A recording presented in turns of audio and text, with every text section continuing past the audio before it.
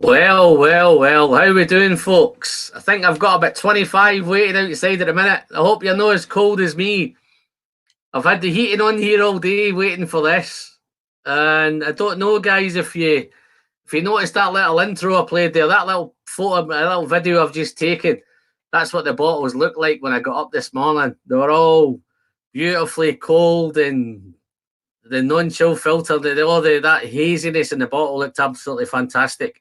So I thought I'd just share it with you.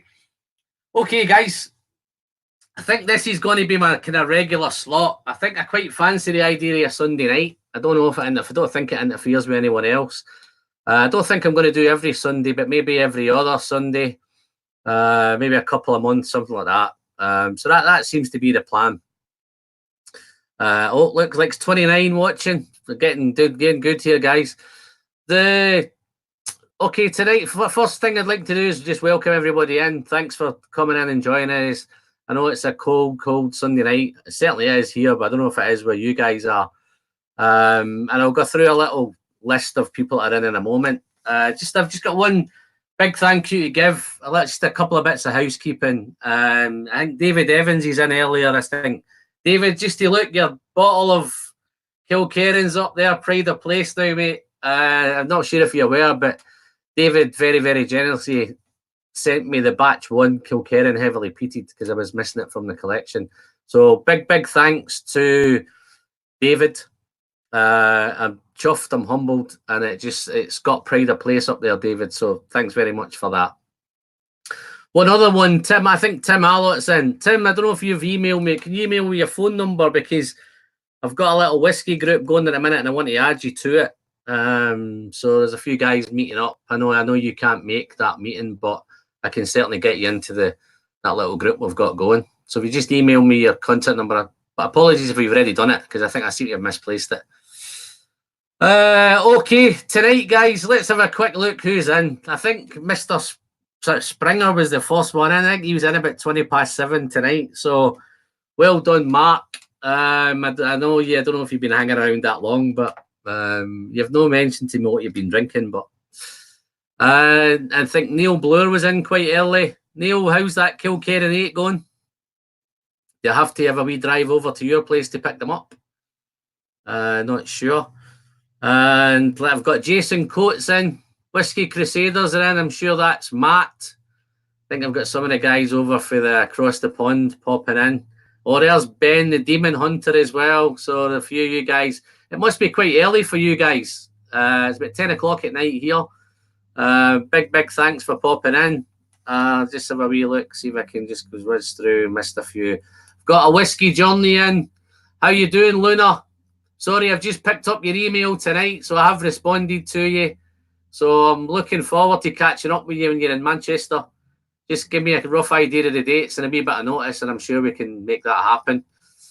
I've got the Doc, Macallan, fine and rare. How you doing, Doc? Nice to see you. What you drinking, Doc? DJ Beacon's in. Dom's whiskey. Nice to see you again, Dom. You're making a wee bit of a habit of this. That's a good habit, Dom. Thanks. Tickety Boo's in. How you doing, Tickety? Kevin Bryant. You've got some loads of Kieran O'Hara. Menno's Multi-Mission. Wow, I've got loads. Brian Mitchell. I think that's a new name, Brian. Forgive me if it's not, but you sound like a new name. And let's have a wee whiz through just to finish this off. I think there's a few more stragglers just popped in. Got Flying Hussar 303. How you doing, Bart? Yeah, I think he's calling me Kilcallan. Yeah, quite like that. The nice one. Radek's in from the Czech Republic. How you doing, Radek? The Linux Cat. Not sure if I've pronounced that properly. And I think that's just about it. Yeah, Neil Bloor's in. Kilkerran 8 is going doing well. I think I've saved myself a journey. Okay, folks. Oh, AR has popped in. How you doing, AR? And there's Whiskey Straight Al. Guys, I don't know if you've watched the video I popped out yesterday, where I've been challenged to nominate 5 whiskey channels that I watch, probably a wee bit more regular. It's just a shame I had to name 5 because I think I could have named a lot more than 5. So I actually chose 5 of the smaller channels. And Whiskey Al was one. Whiskey Straight Al was one of them. So guys, if you haven't subscribed to Whiskey Straight Al, please go and have a look. Click on it and give a guy a sub. He's doing some fantastic whiskies over there. Doing a lot of Irish stuff and bourbons and Scots. He's mixing it up a little bit. But he really goes into in depth with the distilleries and all that in a little bit. It's quite educational watching him. So if you haven't done it, guys, pop over and do that. Oh, there's Ard Baggy. Ard Baggy's a straggler. Where have you been? You're here for 10 minutes already, man. What's going on? I've got a wee mention for you later, mate. I think you know what it is, but I'll come back to that later. Yeah, just today, guys, I'm going to go through a couple of things. I've got just a couple of announcements to make, and I was thinking what I was going to do tonight. So this could be some car crash TV. I think Tim Allett's in. Tim sent me a blind sample, an Aqua Vitae style blind sample pack. So I was maybe contemplating doing that tonight live. So just let me know what you think, guys. So I'm not too sure if I'm ready for it yet.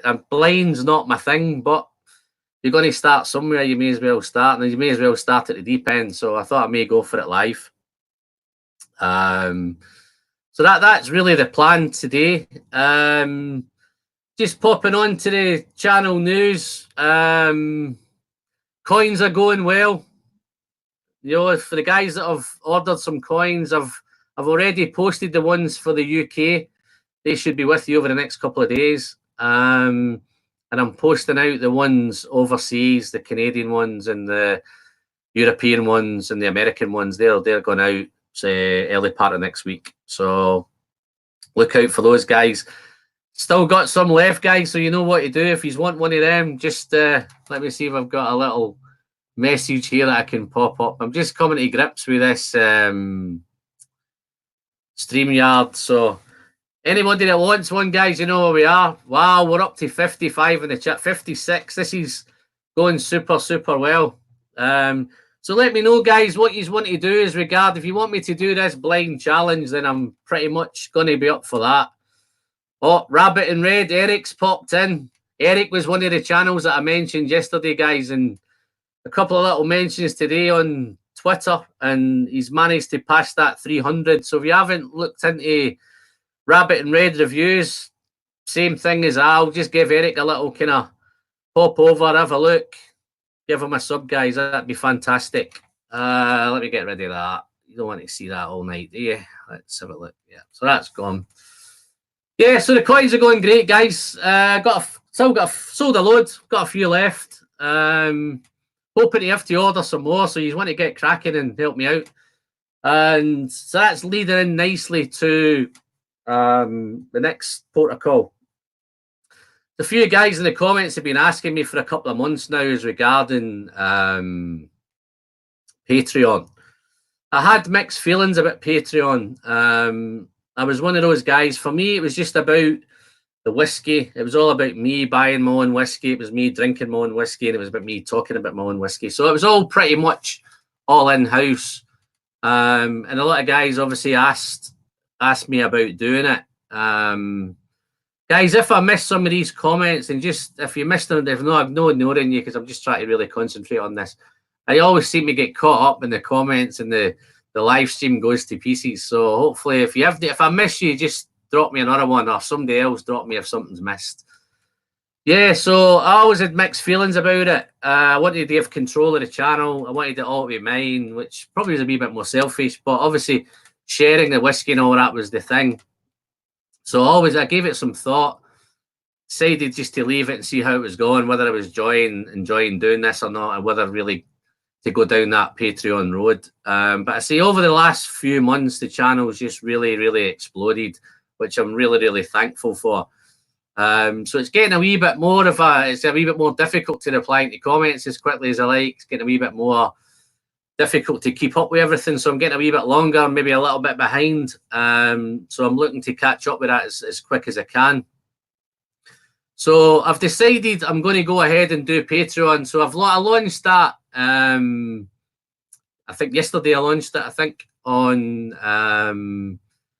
my Whiskey Friend page, and I've left it. Obviously, I've not put much out. I think I put a couple of tweets out today, just kind of pre-warning people today what was coming up in the live stream.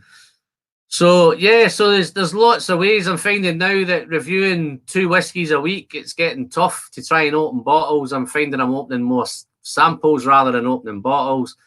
So I think Patreon's one of those routes that we can go down, and if it helps the channel, if it helps me get a hold of some better whiskey or maybe even some more whiskey, then that's the great. If it helps me upgrade the equipment, the cameras, the lighting, all that kind of stuff, then I'm all for it, and that's exactly where it will go.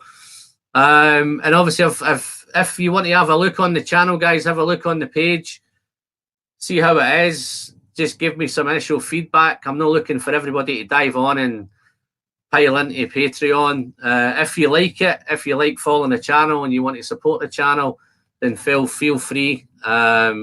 Just to let you guys know, I have had my first Patreon, which was yesterday, and I'm going to try and put it up on here. And let's see if I can find this now. We're down here. Here we go. This is the first legend. First Patreon on the Whiskey Friend channel. So it's that legend, Mr. Andy Ardbaggy. I did speak to him earlier today to find if it was okay for me to make this announcement, and Andy was very generously, he's okayed me to do that. So guys, just give a big thanks to Andy. From the bottom of my heart, Andy, I'm really chuffed. Thanks very much, buddy. And hopefully I can keep you enthralled and keep you interested, that you don't drop me within a week. So that's pretty much. So let me get that off of there. So that's pretty much, guys. It's all about the sharing. I've got a few trips coming up, and I've got a trip planned to America maybe, and I think let's just try to iron out some dates now. It's looking like I think maybe mid to late April seems to be the date that we're looking to head over to Texas and Kentucky and picking up to Tennessee. So it's going to be a kind of 10-day trip. Mr. Jerry Kersey is the guy that's kind of organising it with me. So hopefully that's where the plans are. So what do you think, guys, regarding this blind challenge? I'm not going to mess too much on Patreon. I don't want to make this a super long live stream either, so I'm just going to kind of whiz through. Let's have a wee whiz what's happening here. Oh, nice to see that Andy's getting some thanks on there. Big thanks from me as well, Andy. Let's have a look. Oh my, I think I missed a super chat there. Rabbit in Red, Eric's just dropped me $10. Well done, big fella. Listen, that super chat's great, guys. That's obviously one of the other ones I've hitting on earlier on. The super chat's great. It buys me a little dram every now and again. It's just another income for the channel, which is absolutely fantastic. So that's very good, Eric. So I'm going to have a little dram. Got Kitcoin 94 on here. This is a sample that was very generously donated to me by Andy Calderwood. I don't think I've seen Andy in tonight. This was a nice little, the Gordon MacPhail Aaron. It was distilled in 2009, bottled in 2017. So it looks like a 8-year-old, 46% ABV, and it's really nice. So cheers, Eric. Thanks very much for that, buddy.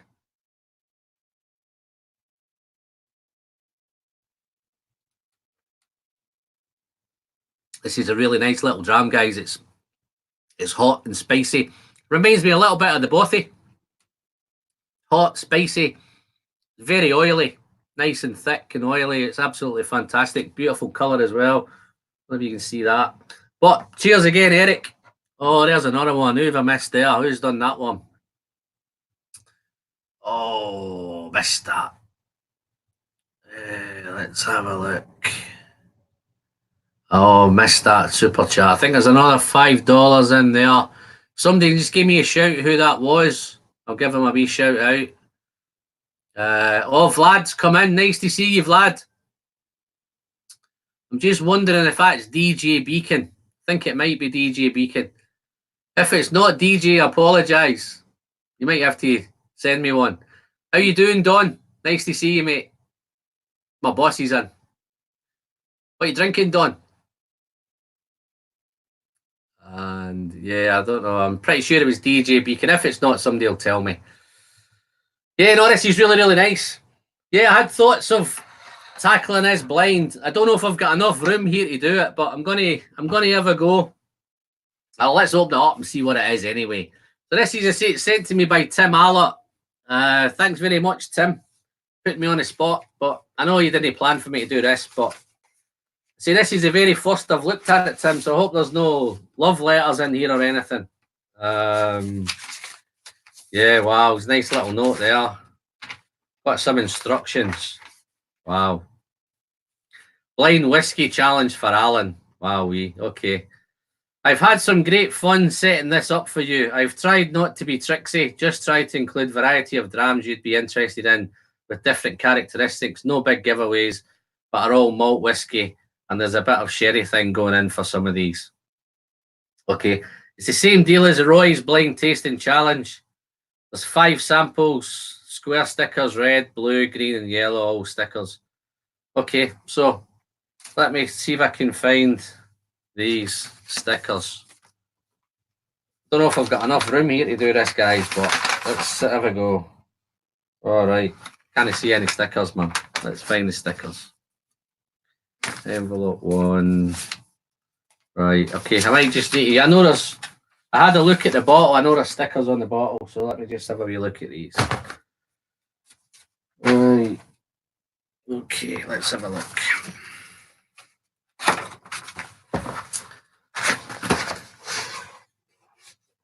Okay, right, this is the one. So I've got the white square, got the yellow circle, I think that's why I don't think there's any extra stickers. I don't think Tim planned for me to do this live. I think that's why there's not. So I'll walk around this. I'll keep the glasses nearby. So I've got the red there as well. So let's get ready then. Right, okay. Let's I'm going to try and keep up with you here kind of comments here, guys. So let me just make a wee bit of room here, and we'll get these going. So if I bring that in there, and if I bring that in there, so what I'll do here is I'll try and keep the bottles with them. So we have the white square, blue circle, yellow circle, green, and red. So I may as well pour a little bit of these, I think. Let's pour a little.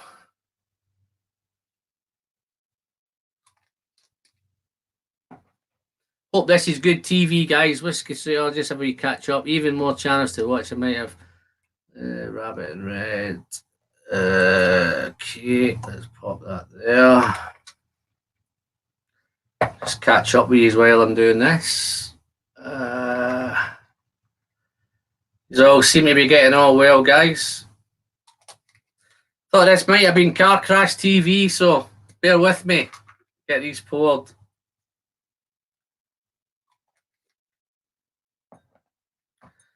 And do the last one. Oh, I can definitely see some sherry in that one. Okay. So, let's see if I can follow this right. Oh, just dropped my list. Bear with me.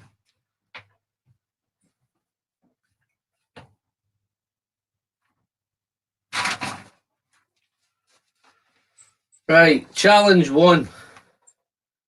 Nose and taste, make any notes you want, then decide on your order of 1 to 5, write this down. Then open envelope 1. Okay, so I'm going to nose it and taste it. Right, let's see about if I want to make some notes.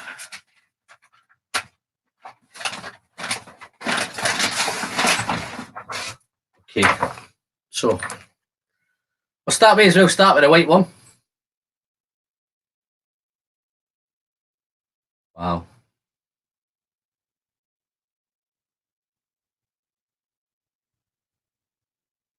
That one's really, really fruity.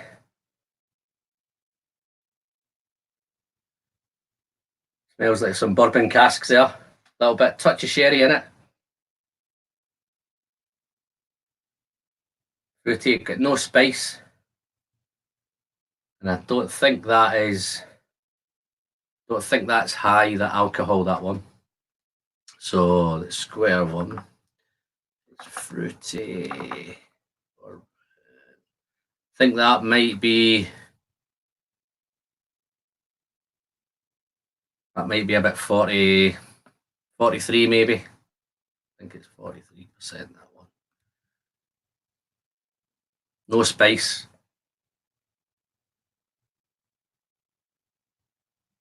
A little bit tropical. Okay, that's that one. Smells nice, that. Let's try this blue one. So we'll do blue next. See if I can catch up here. Wow, that's different, that. That one smells quite funky.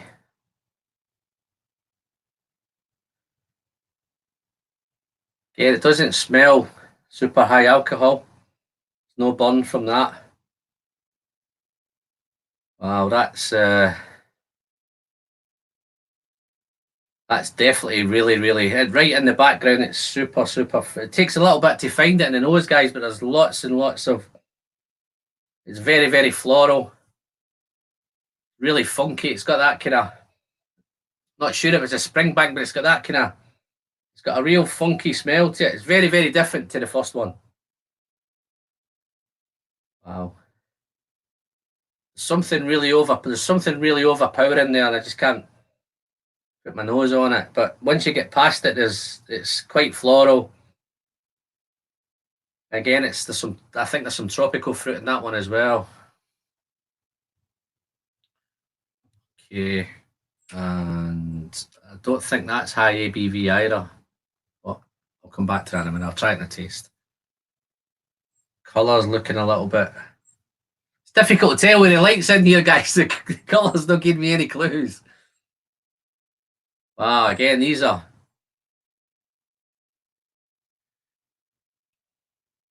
I think there's much more sherry in that one. That's the yellow.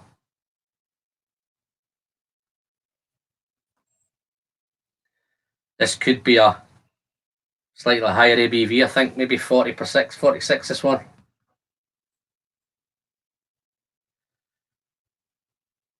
Bit spicier, that one.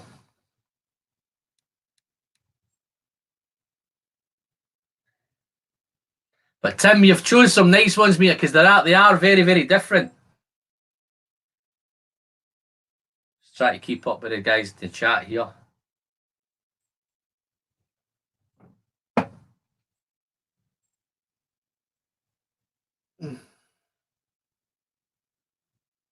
Got James Borger in. Oh, there's Malcolm Douglas. How you doing, Malcolm? Thanks for popping in, mate. I've just roped myself into some Car Crash TV here. Oh, that's nice as well. This is a wee bit more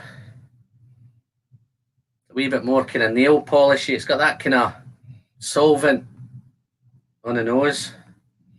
Polishy, nail varnishy. Sweet as well, that one. That's nice. I'm looking forward to tasting these already. So let's do the green. Let's see where we are with this.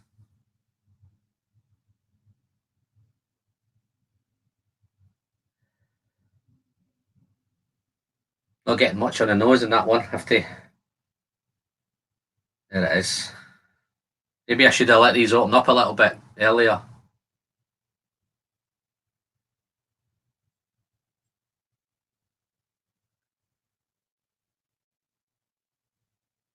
Yeah, that one, I think that's possibly 46%.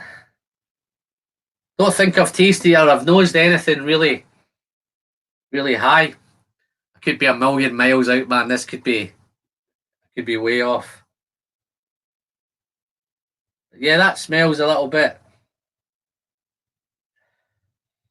I've got a little bit meaty in that one. It's a little bit meaty. A little bit of spice. Some cinnamon. A wee bit pungent on the nose on this one. Okay. I'm not even sure which one I prefer on the nose yet. Looking at this one in the end, I think if my eyes are telling me, then I think it might be this one on the end here. Oh, wowee. That's the red one.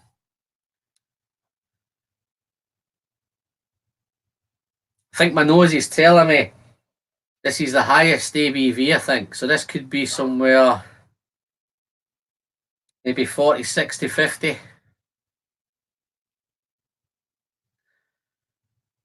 Looks a bit oily.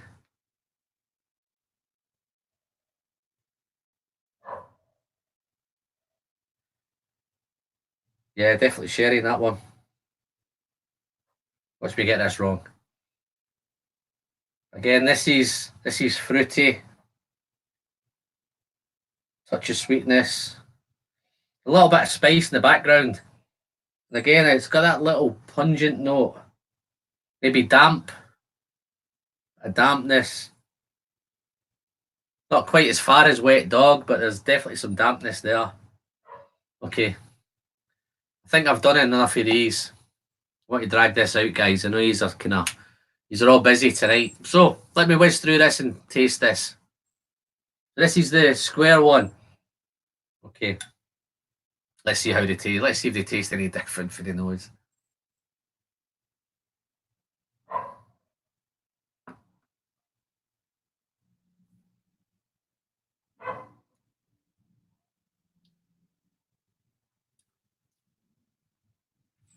Okay. That tastes a wee bit higher. I think I smelt that as about 43. I think it tastes a bit higher. Yeah, and there's definitely spicy there as well. I might improve that to 46, that, and it's spicier. So I want to be doing order of preference. Okay, let's try this one. Let's get some water.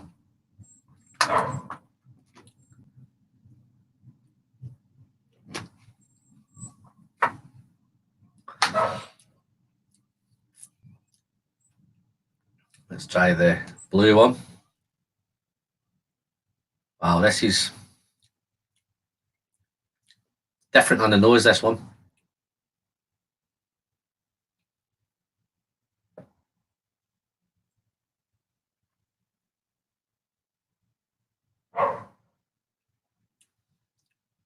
Yeah, I think that's quite low ABV. That's still low ABV. That could be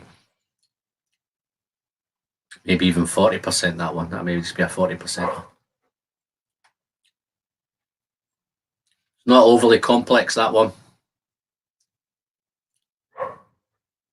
I think I prefer the first one to the second one. Let's try this one. What's going on in the chat, guys? What am I missing? Don't think this. I think my chat's a wee bit behind, I think. Let's have a look.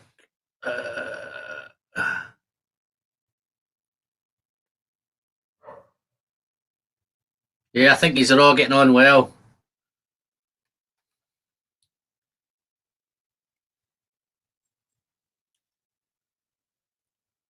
Okay. I think I'm having this to myself here. You guys crack on and let me just go on with this. Let's try this yellow one. This was spicy and solvent and sweet. So, yeah, definitely that. Got a nice colour, that one. But then again, I don't know if it's coloured.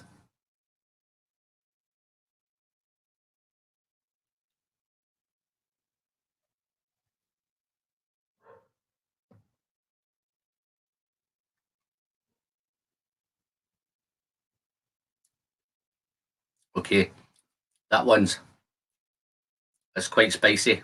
Got a little nip to that. As that develops, it gets really, really peppery. And it's a super long finish on this. I think this is the highest ABV so far.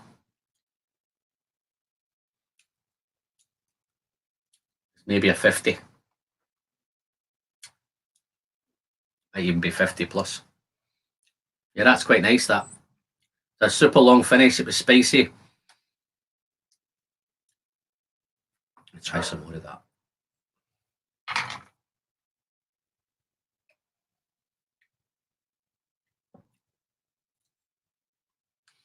Yeah, that solvent, that kind of, I think this really transports from the nose to the palate. There's not a lot of difference with the palate, but it's hotter. Okay, let's whiz through this one. This is the green.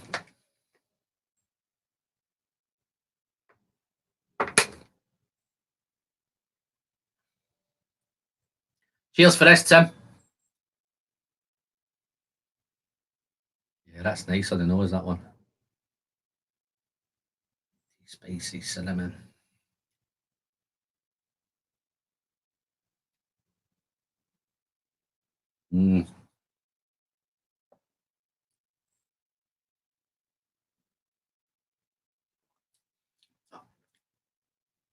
Wow, that's complex, that. It's very, very dry. Very woody.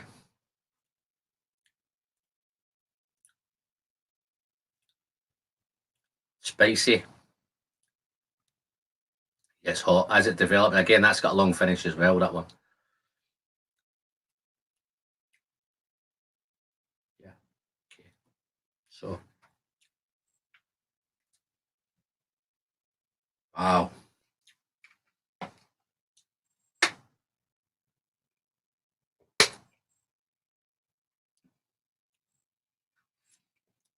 I've not done many blind tastings, guys. You could probably gather this. But I thought, why not? Let's crack on tonight. So let's do this red one. That green one's quite nice. I think the green's probably my favourite at the minute.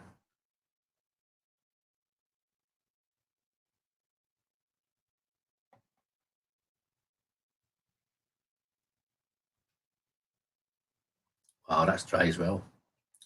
Wow. That really develops that. Starts off nice, and then it just gets more powerful. Again, that's dry, oaky, woody. Seeing some of them on the nose were a bit fruitier and sweeter, but on the palate they're different. They're not quite the same, so this is going to be tricky, this. Okay, I think I've got to put them into my favourites. I think right away, I know for a fact, the one I don't like the least is the square one. And I think I like the green one the best. So I'll put the green one there. Move that up. Put that at the end. I think that is my second favourite, which is the red. Let's try these two again.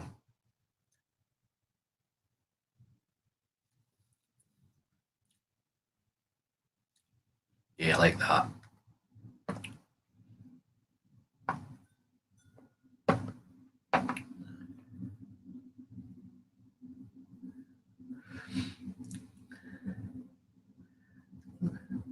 Rabbit and red, switching from a Glenmorangie Quinta Rubin, 14.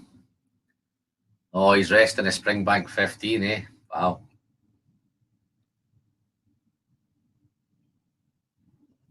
See, this blue one, definitely funky, but I don't know if I like it. I think that's my order, guys. I think I've got Aquaviti. At least he's not in the worst one. So that's my lineup, I think. So let's open this first envelope and see what's happening here then. Envelope 3, don't want that one. No.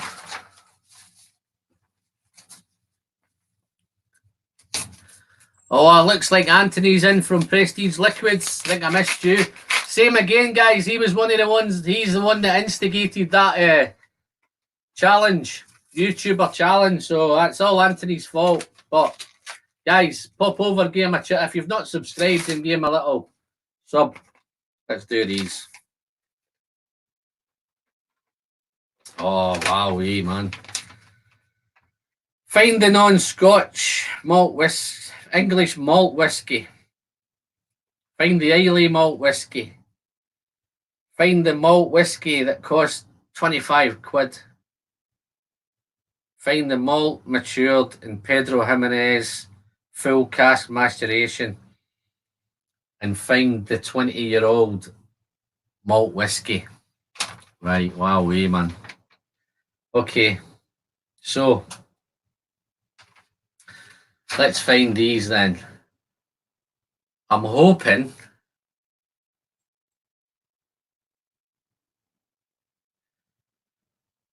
non-Scotch. English. Let's have a look. Oh, that's different, that.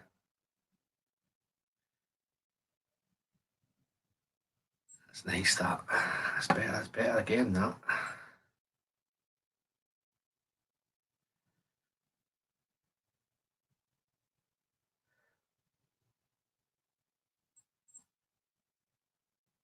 Okay. I think this one here, I think number 4 is, oh man, could be PX.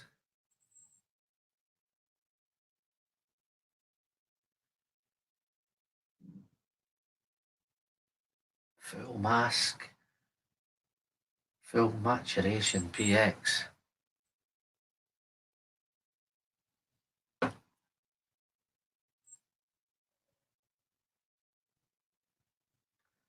Wow.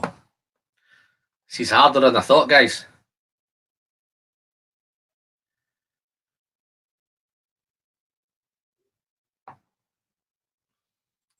I'm thinking the red one,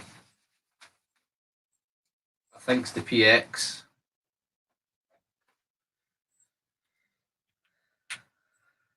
I'm hoping the green is the 20-year-old malt.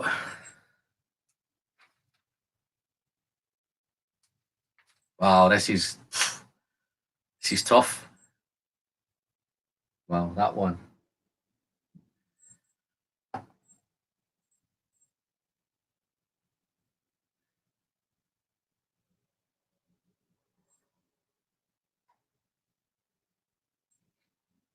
I think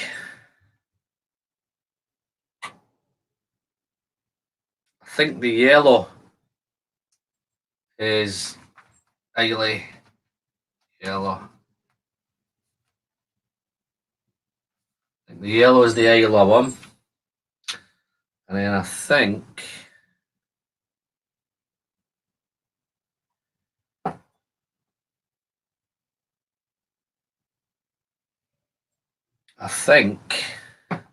the white is the supermarket.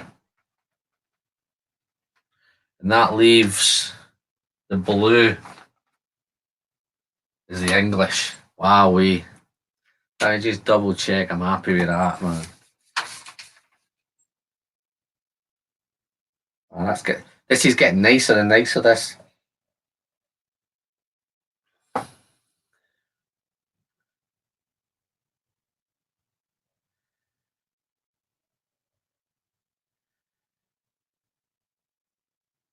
Yeah, I think. Yeah, I'm happy with that.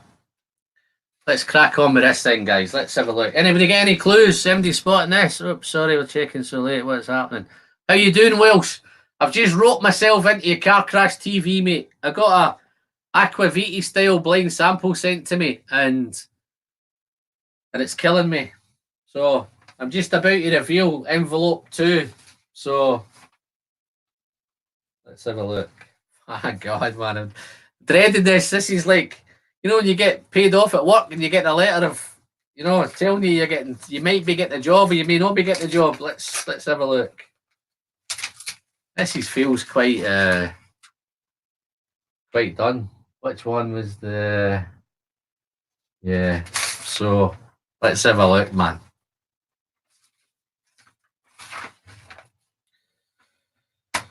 Okay, 5 whiskies. Okay, so we have Tormore 12. Wowee. Purchased at Tesco, 24 quid. What did I say I thought that was? I thought that was the Finding on Scotch. White one. Yeah, I still think that's right. Tomatin. PX. 7-year-old. Yeah, I'm happy with that. I'm pretty sure that's the Tomatin. Okay. Cotswold Founders Choice Batch 4. 60.5. Man, these taste a lot higher. They don't taste anywhere near as high as that, man.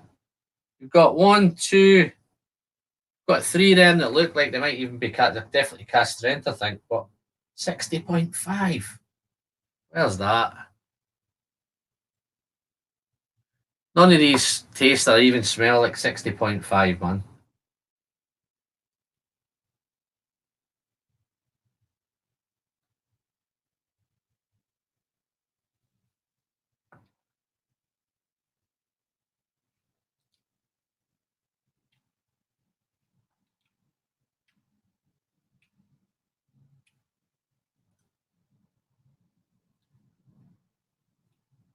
Yeah, that's high, that. I think that is the Tomatin, that. Okay. So, I think that's what I do next. What do I do next? Challenge to identify which whiskies fit with the characteristics. Okay, so I think this is the Tormore.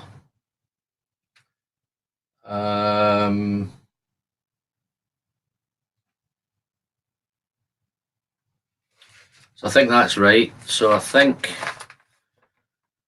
the white one's Tormore.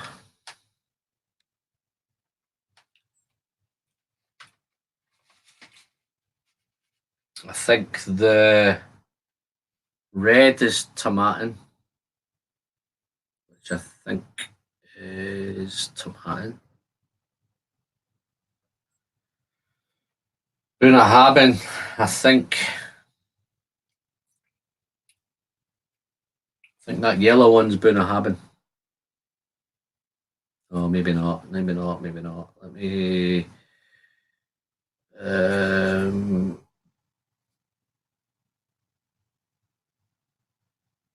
I think that green might be Bunnahabhain now, man.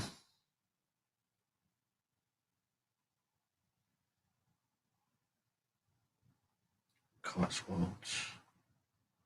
60, that's not 60.5. I thought that was the. Yeah, that might be. There's that blue one. Yeah, I thought that was.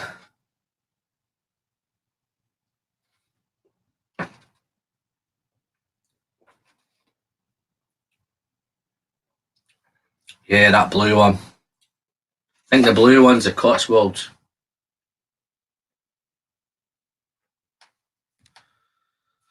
Which leaves these two, which is yellow and green.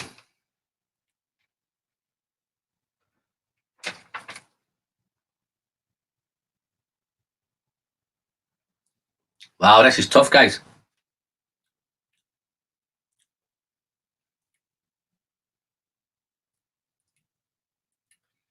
I think the green's the Clynelish.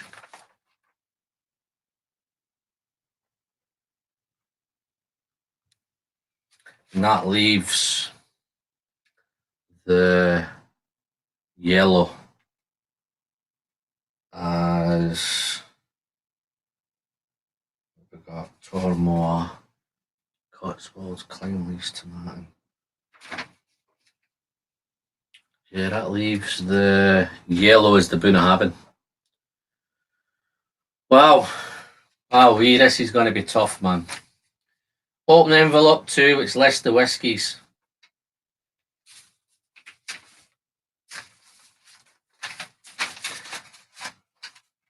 Got that. Done them 2.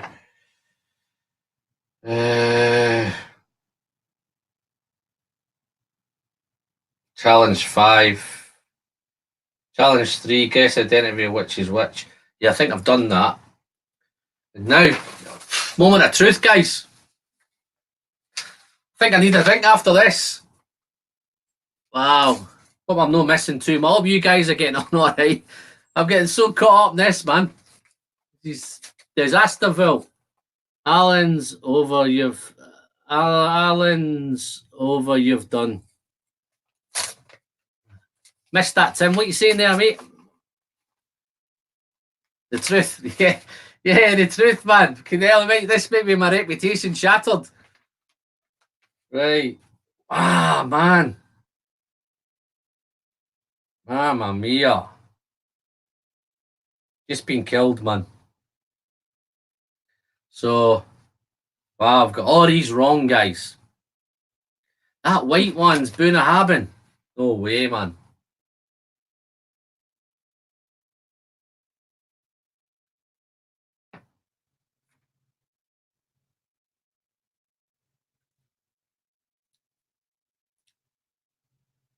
Wow. So, that's wrong. Yellow. Ah, you've done me, Tim.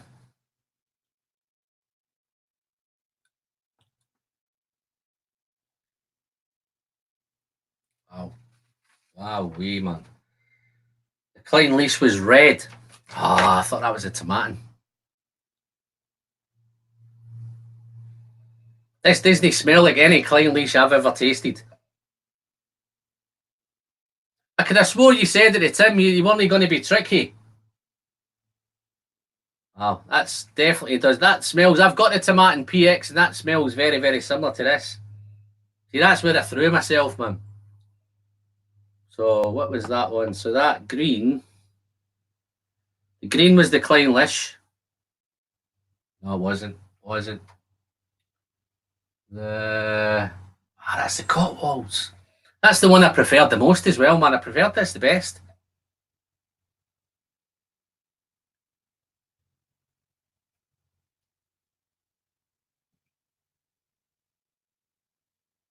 Wow. That is nice, that. 60.5, man. Wow. Knew it was high, but... Okay, so, I got them all wrong, guys. Shattered. Blue one. Tormore.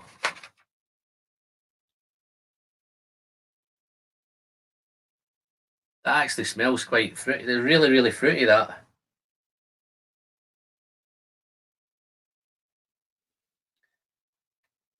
Wow. Okay. Enough said. I've had enough. I'm shattered with that. I might just spend the rest of the night drinking these. Drinking them with you. So I'm going to get rid of these guys. And I'm going to catch up. Just shows I need to do more blind tasting, guys. So I'm looking forward to doing. I'm going to try and pick up. So going through the year, I'm going to try and find some more of these to do, and help me out. But as I say, I haven't done many of them before, guys. So blinds thing's not my thing, and it's just proved it's not my thing. But I thought I would have got some of them right, but nothing. Let me catch up here. Let's have a look. Let's see where I'm going here. Let's have a look. Let's pop some of these up here. Whiskey, Lucas picked up his Tomatin 18 for 88 Canadian. A very great value. I was a bit shocked. One word, excellent. Yeah, no, that Tomatin. Martin's nice. So there was one in there, but missed it. Ben Demon Hunter. Let's have a look here. Ardbaggy. What's Ardbaggy saying? Hello, Dom's whiskey. Eh? Wow. Oh no, you're all right, Gabriel. I'll happily send you a blind tasting set. Yeah. No, it looks like I need it. No, it's opened my eyes up, guys. The blinds, I know I've been watching everybody in the past and all saying, yeah, blinds, but when you really don't know what it is, so that's just amazed me that the one I liked the best there wasn't even a Scotch. Here we go. The blinds are always very hard. Don't kill them. You're kidding. I've just been shown up on live TV. Let's have a look. Oh no. What's going on? Oh, Donna, Tim, thanks very much, mate. It's been a pleasure, mate. Hopefully we'll I'd like to catch up with you at some point. So you and Ardbaggy now we're the three amigos. Me, you and Ardbaggy. But yeah, no, really humbled, Tim. Thank you very much for that, my friend. The whiskey friend, I'm regularly hosting blind tasting, lots of fun to people struggling. Yeah. Nice to see me struggle there. I'd probably, if I look, I'll be scared to look back at this on the replay. But now I'm going to spend some time now that I know what they are, but it's happy days. Maybe you could host one of, maybe I get to one of your blind tastings someday, Doc. Radek, nice to see you in again, buddy. I know you're in the Czech Republic. Same time scale as us, so you must be getting to bed early. Catch the rest on the... Yeah, he's getting off. He's seen me humiliated. What's Ardbaggy saying? Let's have a look.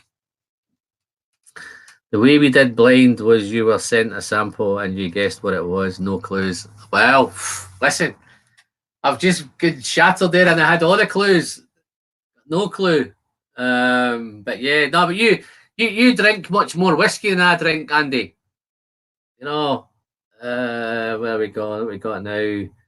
Yeah, Radek's getting off. And what is flying? My blind tasting would be limited to I like it less. Yeah, no, it's just the way the thing is, Bart, is that we've got all the time in the world. There's lots of whiskies and we've got lots of time. No, thank you very much, Doc. Be happy to be your host. Come to Limburg and join all the other barflies in April. Yeah, see, I think that, Doc, I think that's going to clash with... I've got an American trip planned and I think that's going to clash with that. So it's a shame. May have to do it somewhere else, maybe later in the year, maybe in Scotland somewhere or maybe somewhere else. But yeah, no, it's a shame. I know that was a class. I think the dates. What dates in April are them, Doc? See, I'm going to be pretty tied up trying to organise this American thing, but let's see what else I've missed. Radek's off. If you're still talking to me, yeah, don't bother sending me your phone number, Tim. Just keep your phone number to yourself, mate. No, that was well thought out, Tim.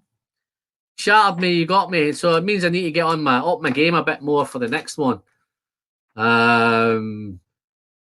Whiskey friend, don't fret. Only 10 million people.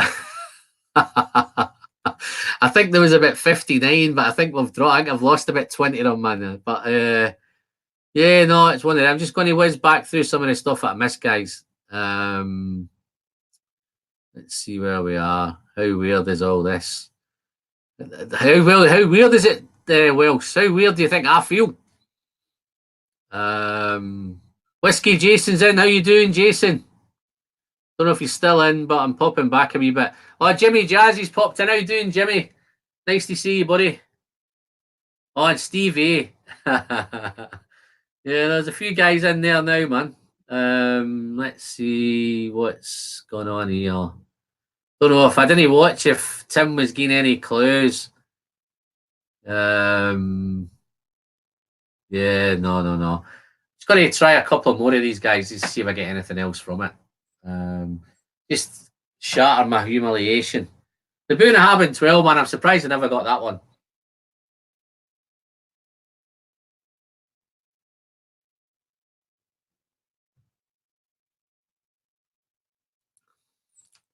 Wow.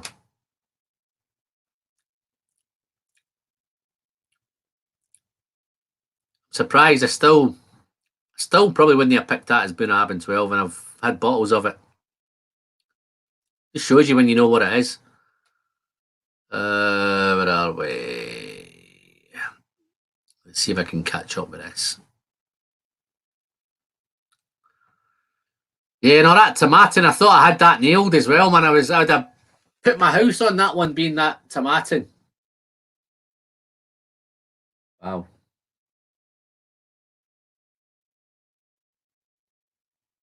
That's a real heavy sherry, that one. Let's have a look. So that Klein Leash. Wow. 22-year-old Klein Leash. Wow, that's nice.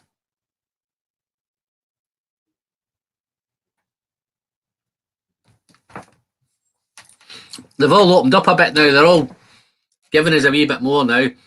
That tasting was some serious work. Whiskey. Solid pour too, as we're utterly sure. Yeah, no, it's hard work, man. I probably made a boob doing this live, man. I don't know how accurate we done about 7 or 8 of them live, but no, it's hard. But see, the thing as well, the space is just a bit tight here as well. I was just trying to keep an eye on what was trying to go on at the same time. But yeah, no. I'm just going to finish these. These are really, really nice. They're nice whiskies, man.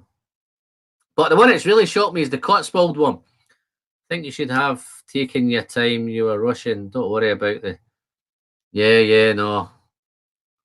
I always get caught up in this, man.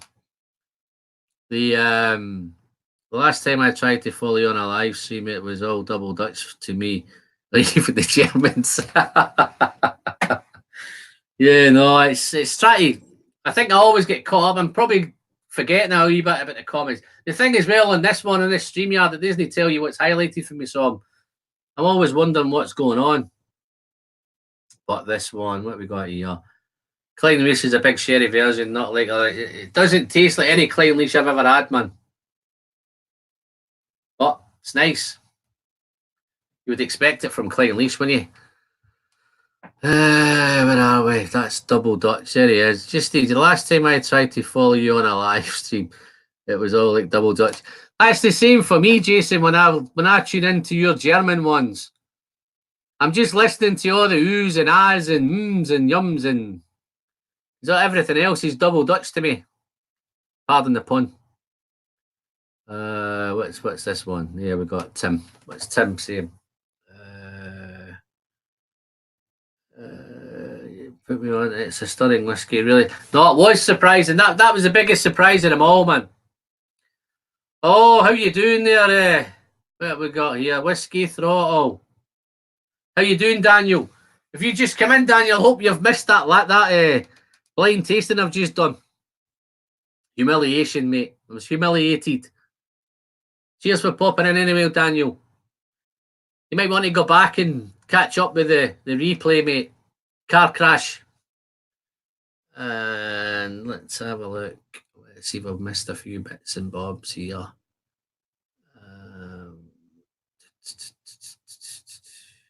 What's this one? Hope we can connect in the beginning of June. We'll keep in touch as we get closer to being in Glasgow. Oh no, that's I'm going to try and do that, Tim. Glasgow's no far away from me, you see, so that's a big possibility, Tim. So just keep me updated as when you're going to actually be in Glasgow or anywhere around about it. I can get to most of those places. How long are you here for? Let's go back here.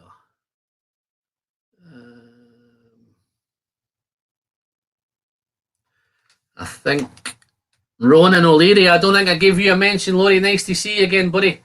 How you keeping? What you drinking?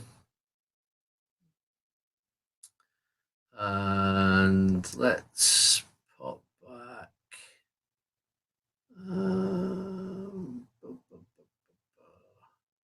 Yeah, no, lots of people. This is the one I think here. Should have taken your time. You were rushing. Yeah, I'm conscious of listen, I actually felt I was going really slow there. I didn't think I was rushing, but I'll take your word for it. I was, but sometimes you think when you're cracking in with these, you're thinking you're taking too long and it's boring people and putting them to sleep and all that. So yeah, no, but it's really, really end. I'm glad I've done it. I might spend some more time with these afterwards and try and redeem myself, but that was no, that was tough. I need to get involved in more of these, man. What's Tim saying? Oh no, Tim Finn put you onto that. Yeah, no, Welsh. Yeah, everybody's saying hello. Macallan, fine and rare. Fizio in May. Okay. Campbelltown. I did. Was one. Which one here we've got?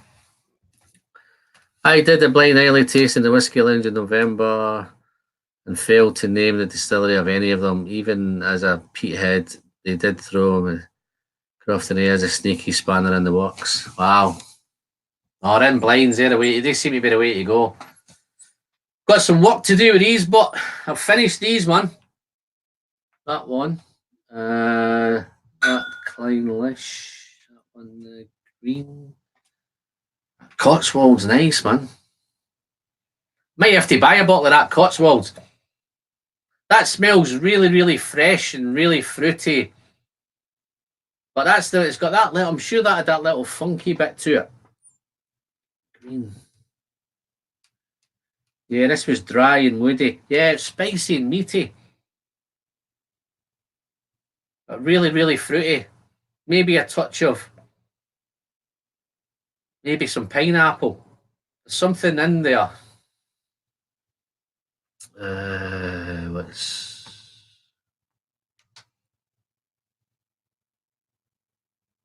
WhiskyThrottle? I had a blade challenge, all mixed up. The poor guy. Cheers, Doc. Thanks, mate. Don't bother watching on the replay, Daniel. It's all right, mate. Just forget about it.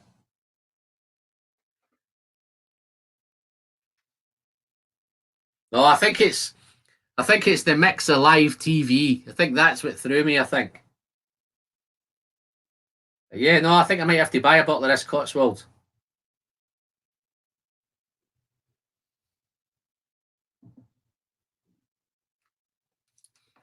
But that doesn't taste of. Is that 60.5?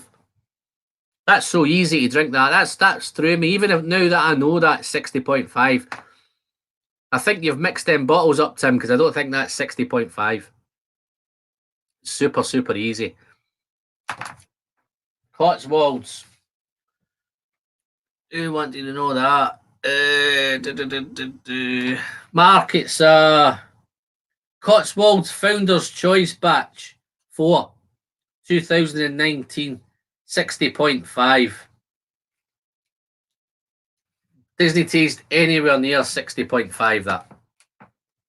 But that's nice. Vlad, 100. Thought the Bimber Chard was decent. I'm picking up too much young stuff with the NAS. Yeah. See, I think I've just had some sort of Bimber sample sent to me. I've not the chance to try that yet. I'm looking forward to that one. But yeah, no, guys, I'm not going to crack this on much longer. I just thought this would just be a quick one. It was more of this, just to let everyone know that I've started Patreon. Have a look, check it out. Just to thank some guys. Thank David Evans again for sending me that bottle of heavily peated Kilkerran. Big thanks for that. Big generosity. It's humbling the generosity to some of the community. So it's fantastic for that. Big thanks again to Tim for sending me that and make me look stupid. But there we go. And again, big thanks to Andy Ardbaggy and Tim at Donner Pass Whiskey for becoming the first two Patreons of the Whiskey Friend. So I'm looking forward. I hope the rest of you guys can check it out. Please feel free, just go have a look. Give me some feedback. Don't worry, don't feel pressure that you have to sign up. But if you feel you want to and you want to support the channel, then that would be super. We can obviously get to know each other a wee bit better and more. You've got better access to me, see what I do on a daily basis. But no, that's pretty much. I don't think I've got any. Just check if I've got anything else to cover.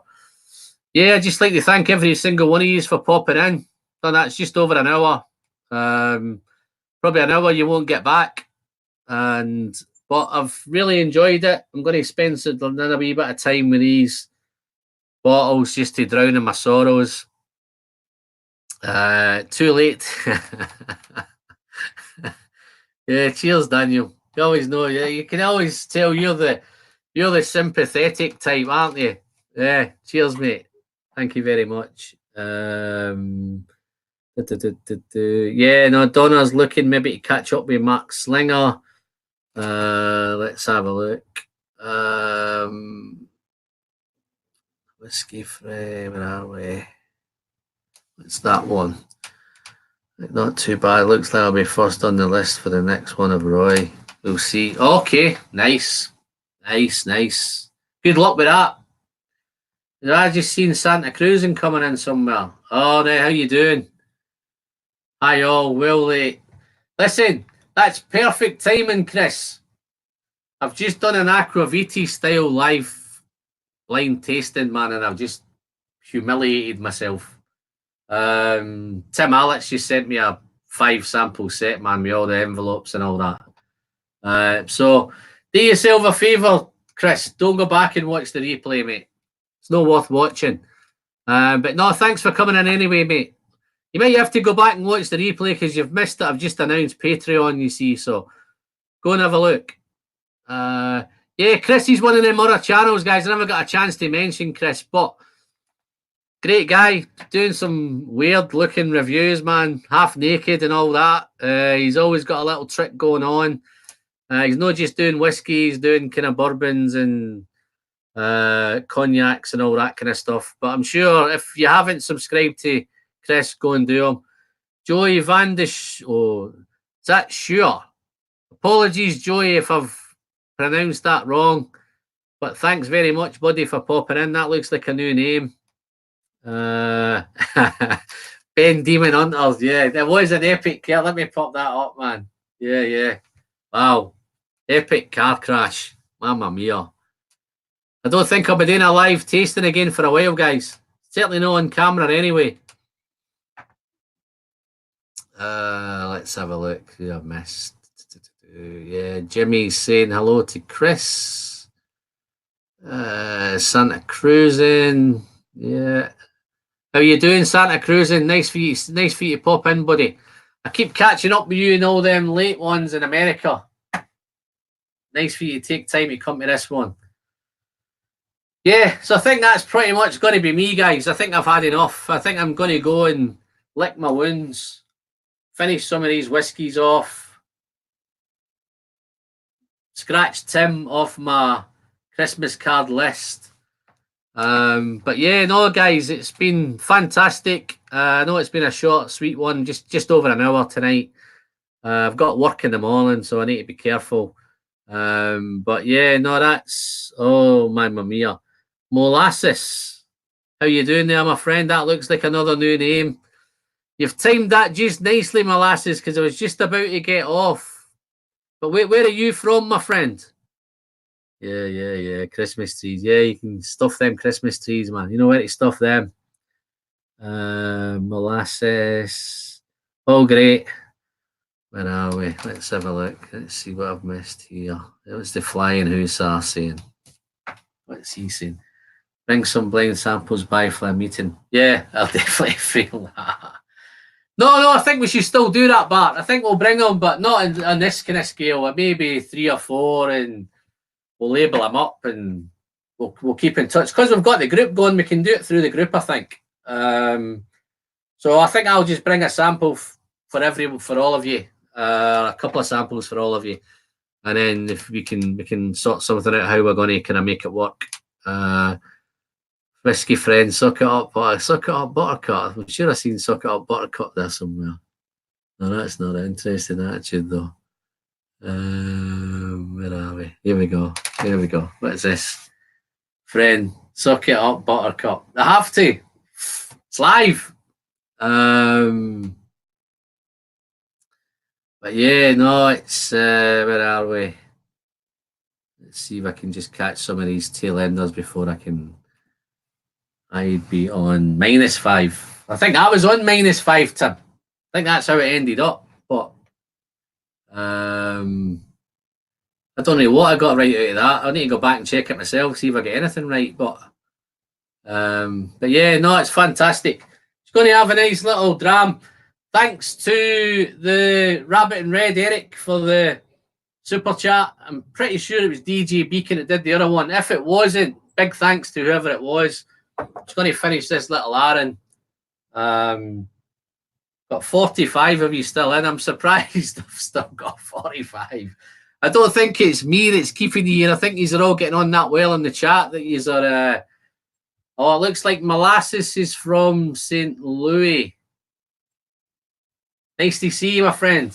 Thank you very much. Cheers. This is a little 8-year-old Aaron. This was a sample that was sent to me with Andy Calderwood. Nice.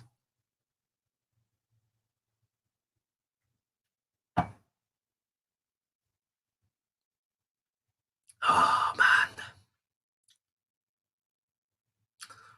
I think the doc's got off. I think, yeah. Cheers, Doc. Thanks very much. Thanks for popping. I know you've been in from the very beginning, so super, super nice to see you, buddy. Hope to catch up with you again sometime in the new year, or sometime in the year. More likely it's going to be Scotland somewhere, though, I think. I don't think I can get to the Limburg. But, guys, that's me. I've had enough. I'm going to go to bed now and get ready for work in the morning. My boss was on here tonight, so I'm going to get humiliated at work, I think. But that's super. But again, guys, all the guys, I'm really humbled in them. There's still 47 in there, man. I hate getting off when there's 47 in there, man. I'm humbled that there's so many of you hung around. And I'm just wondering if there's anything I can do to hang on, because I quite fancy the idea of hanging in a little bit longer. What should I drink, guys? What should I open up something, or what should I drink? I'll have a drink with you and I'll catch up with some of this chat, because it looks like you're all getting on, man, quite well. Just forget about me. I'll just become part of the chat with you. Oh, night, Vlad. Nice to see you, buddy. Your coin's on its way, mate. Should get that maybe Tuesday or Wednesday. Let's have a look. Let's have a look, see where we are. Yeah, quickly. Yeah, cheers, DJ. Thanks very much, mate. And open up my Kilkerran. Oh, no, I know which Kilkerran I'm going to head straight to, man, and it's already opened up, man. But, yeah, you might be right, man. I might be into you. I might bring an old friend. I'd say some sort of Kilkerran. You seem to have plenty. Yeah. I've been on, guys, to be honest, I've been on with Kilkerran from the very, very beginning. What's this one? What's that, Bargy? Yeah, I think I might hang on a wee bit longer, man. What do you think? You want me to hang on a bit longer? Do you want me? Are you had enough? Just let me know, man. What is that one? There's a scene crash. I like the idea of that. Crash, dude. Tomorrow's another day. Yeah, and I'm not even going to, how are we pronouncing that? Elichin. Apologies, man, if I've butchered it. And where are you from, my friend? Yeah, let me get this. No, I'll tell you what I'm going to do, man. I've got, see, there's so many of you guys over for the States. I'm going to have a wee bit of Elijah Craig, man. Let me do a wee bit of this. I'll have a quick one with you guys, then I'll kind of head off. What's the oldest Springbank you have? I think that's indoors. I think the oldest, I've got this 25, I think is the oldest Springbank. That's in the cabinet at home. I've only really got into Springbank. Kilkerran was the. See, I've not been doing whiskey as long as you, Andy. I've only been into it for about maybe 3 years. Drinking it. A lot of the stuff I was buying and collecting, so a lot of the other stuff indoors is that stuff that's all in the cabinet and locked up, and that's the stuff that I'm hoarding. But yeah. Oh, he's going to have another dram too, man. Ulichin. Where are you from, Ulichin? I hope I've said that right, man. Friend sent me a sample of Bunabin 12, was blown away by it. Phenomenal dram. Yeah, I didn't get that tonight. I got it as a nice dram tonight. It didn't blow me away tonight. But I've had a lot of Bunabin 12. That's why I'm surprised I didn't get that one. But this is my old favourite. This is my favourite bourbon, this one. Okay, let's have a look. Where are we? Let me try and do this, Daniel. I've not done this yet, mate. Let's have a wee look and see if I can invite you over.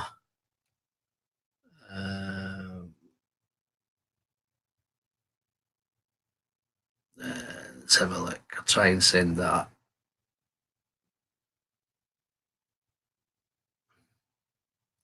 Did this earlier as well. Let me. Bear with me a minute, Daniel, and I'll try and get on that to you.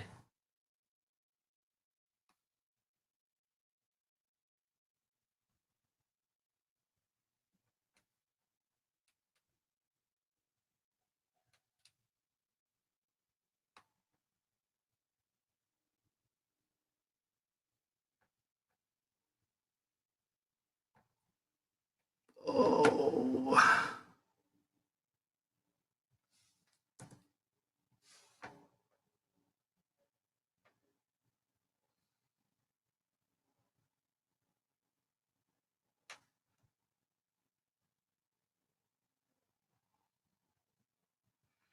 Let me send this, man.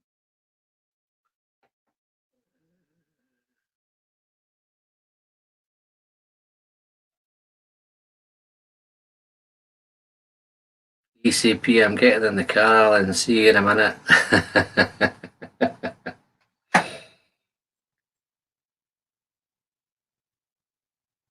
Wow.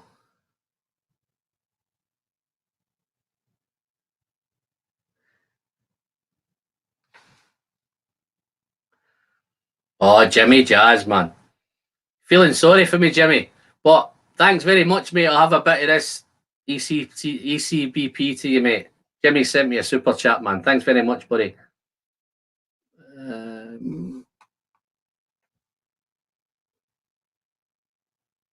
Okay, Daniel, I think I've put a link in here, mate. Want to crack into that, buddy, see how we get on.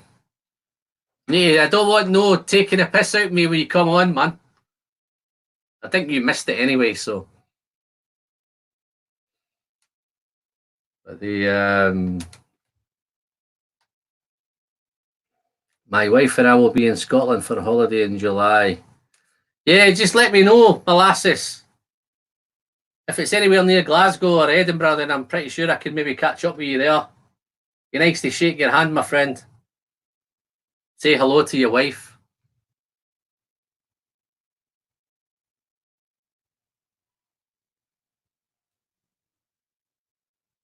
Wow.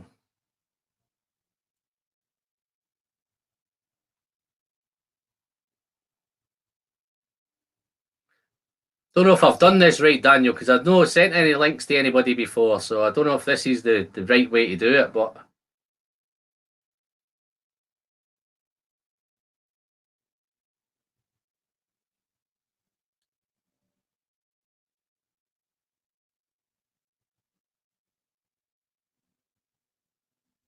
You can spend some more time with this StreamYard, I think.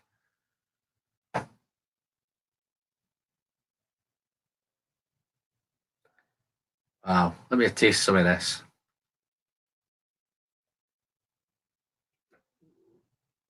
It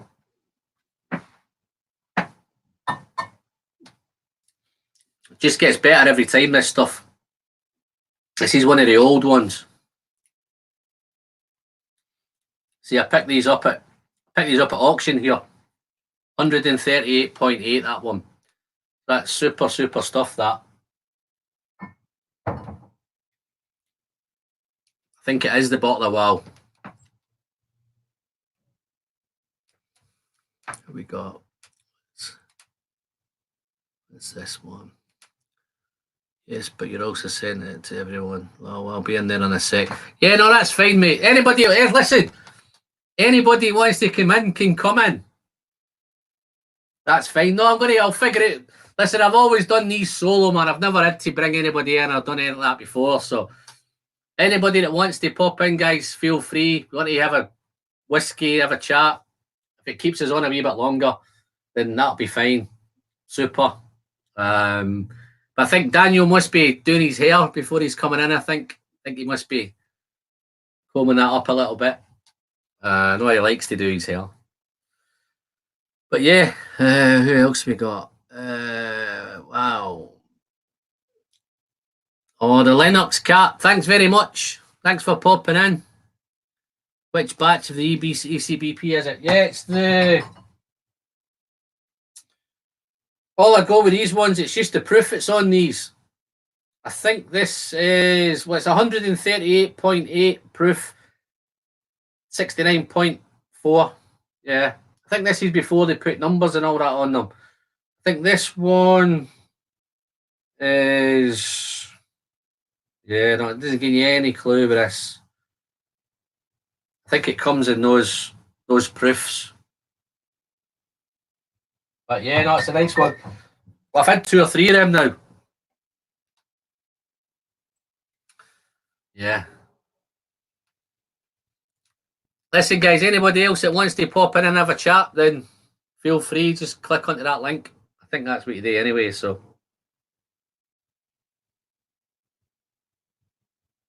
Wow. Super.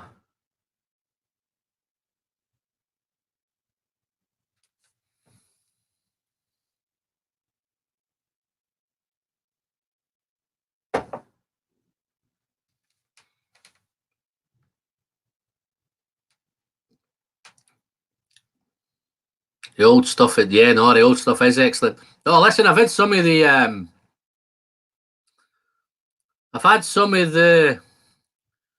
I've got to go. Big respect to Alan for attempting the blind challenge live. An absolute nutter. Great week, everyone. Yeah, no, I feel like a nutter now, mate. I didn't think I was a nutter before, but no, I feel like a nutter. Cheers for that, Tim. Yeah, remember an email with your phone number, Tim, and I'll pop you into that group that we've set up. You can catch up and introduce yourself, and we'll catch up sometime in Manchester, mate.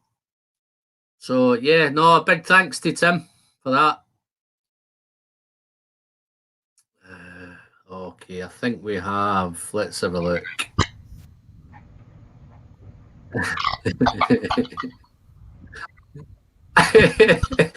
Are you laughing? Are you laughing at me?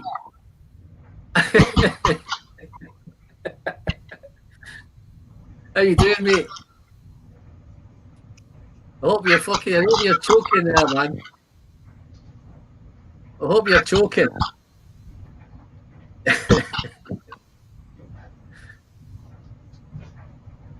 He's about to appear in a minute.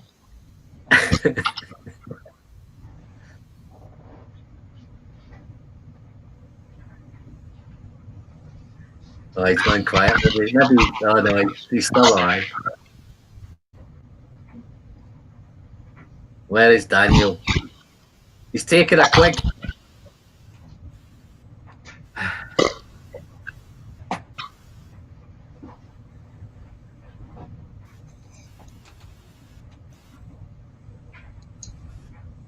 Maybe he had one too much to drink.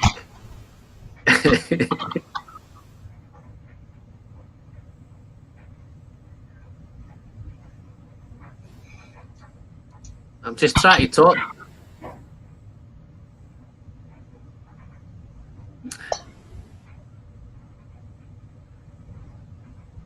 Gargle.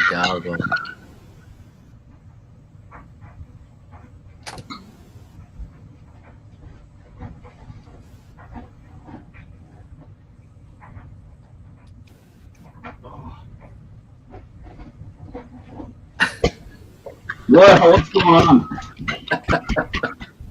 Did it come on already? Can you hear me now? I can hear you, mate. Yeah. Sorry about that. Yeah. I might have had to grab a thing or two. I didn't realize it. Turn the thing on so quick. And I'm so bright in here. Yeah, you look a bit peakish. I thought you were having a wee. No. It's daylight out here, man. It's not nighttime like you. You say again, mate?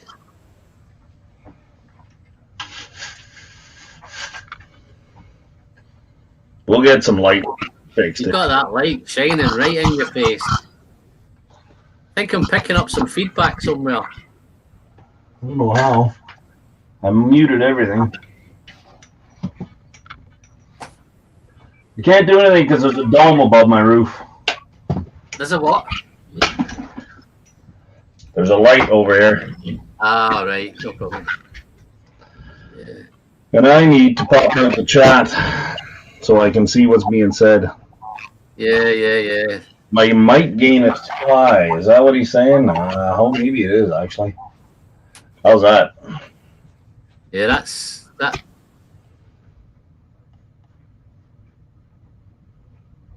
There. That must be better.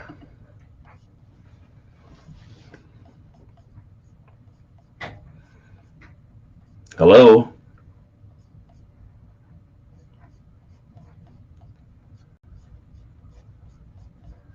Now, did Alan just freeze? So Alan's frozen. How did he do that? I can't do anything. It's actually daylight and I can't control it. Yeah, Alan froze. What the heck's going on here? Alan, did you press your mic? Or press your... He's bumping buttons he probably shouldn't be. Turn up the heat on Alan. Well, let's hopefully he unfreezes. Oh, man, how did I break Alan? Why am I by myself? Well, he can come back into his own live stream. Oh, man, I'm not ready for my own show right now. Barely was ready for this one. Alan, yeah, Jimmy Jazz, I'm in charge. Let's not do a blind tasting, but I need a glass if I'm going to do anything. Alan's back. Don't know what happened there, man. You hung up? Oh, I don't know what happened, man. I kind of lost. All of a sudden, I lost the internet, I think. But I don't know what happened there, man.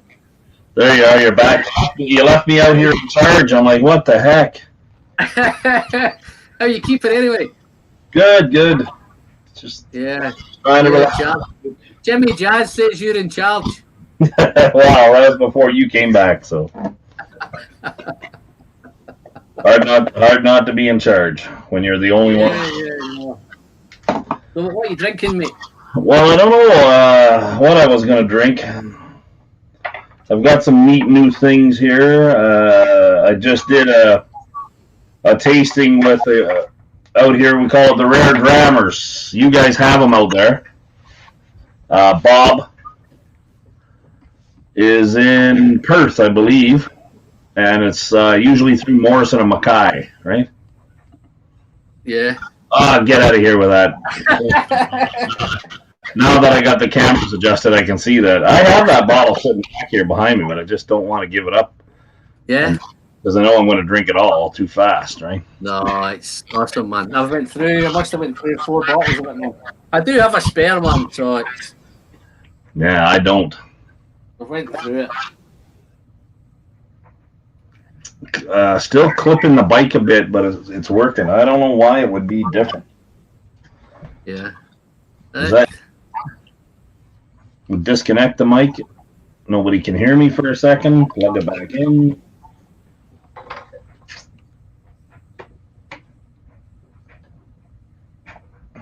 See how that is. How you doing? You okay? Can you hear me all right? Yeah, I just unplugged the mic and plugged it back in to see. Yeah. I think there's a little bit I can hear a little bit in the background. But... Yeah, and I have everything shut off. I'm sure I do. Yeah. Yeah. Make sure you're off here. Yeah, that's all off, man. Yeah. So you're doing okay? You embarrassed yourself tonight? Oh, fucking car crash, mate. Nah, I can't be. I thought I would. I thought I see. I'm not a blind guy. It's very rarely I do any blinds, but somebody sent me an aqua Viti style sample, so I thought I'll track it tonight. But it's probably a big mistake. Oh, maybe not. Yeah, but no, it's opened my eyes up, man. Still clipping the mic a bit, Daniel, but it's working okay. Well, I turned the volume down. You're still a bit high on the mic. Steve A says you're a bit high on the mic. Man, it's almost off. Let me see if I can turn mine down a bit. That might be, and I turned my volume down here, so I'm not going back. Let's see if I'll turn mine down. Let's see. See you later, Whiskey Jason. Yeah. See you, Jason. How's that doing? Well, we'll have to wait for the chat. Okay? See, you hear me okay? I can hear you fine, yeah. Yeah. I can't hear that feedback now, though. I'm not getting... It sounds a little better, Jason says. I don't know. Yeah, no, it's better on my end as well. Good. I think maybe mine was too high. No, that sounds good. You hear Alan just fine, and I'm clipping. Can't be this wire, and maybe I need to change my... Yeah, but I hear you fine, mate. Yeah, I don't know what they're going on about. What's that sound like? Yeah, I hear you okay, man. Yeah. My you gain hear me okay? My gain is Andy. down. Cheers, Andy. Thanks for popping in, mate, and thanks for you know what, mate. Yeah. Cheers, pal. Oh, I think Andy, my mic's... Andy's off to bed. Double check here what I'm plugged into. Santa says all good, so... Yeah, no, I get it all good here as well, mate. I think some of them have just had too much to drink, I think. This might be it. Now we might see something different here. Yeah? We might. I'm hooked up to something else. People under the influence are normally a bit noisier. I'm going to pour the... just a warm-up dram. I'm going to pour... Wow. I think I'm going to pour an 18-year-old Anok instead. Yeah. How are you finding that 15 Glenallachie? I love it. It's actually phenomenal. Yeah. You didn't like it? Didn't rock my boat. Didn't rock your boat. Well, I wasn't expecting... See, there's the difference. I wasn't expecting it to rock my boat. Yeah. I think a man of your caliber... All the other Glenallichies I've ever had were all great. That one... Maybe you're putting too much pressure on your whiskey. Maybe, yeah. A man of your caliber could be like that. I've heard about guys like you. Mostly from the Scottish women, but... Yeah. Wow. I could try this. Yeah. That single cask. 1989, yep. Yeah. It's a good bottle. Yeah. I think when I did the Glenallachie 15, I think they've just finished it, I think, because I was trying to compare it, which is probably not the right thing to do. I was comparing it to the Glendronach 15, but that one's more just a finishing. And the Glenallachie. It is definitely a sherry bomb, and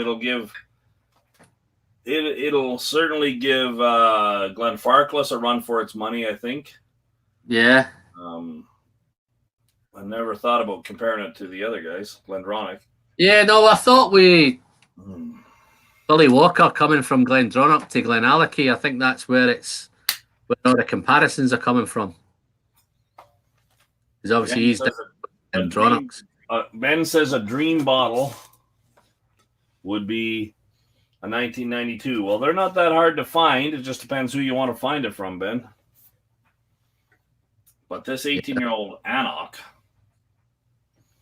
I'm quite fond of. Wow.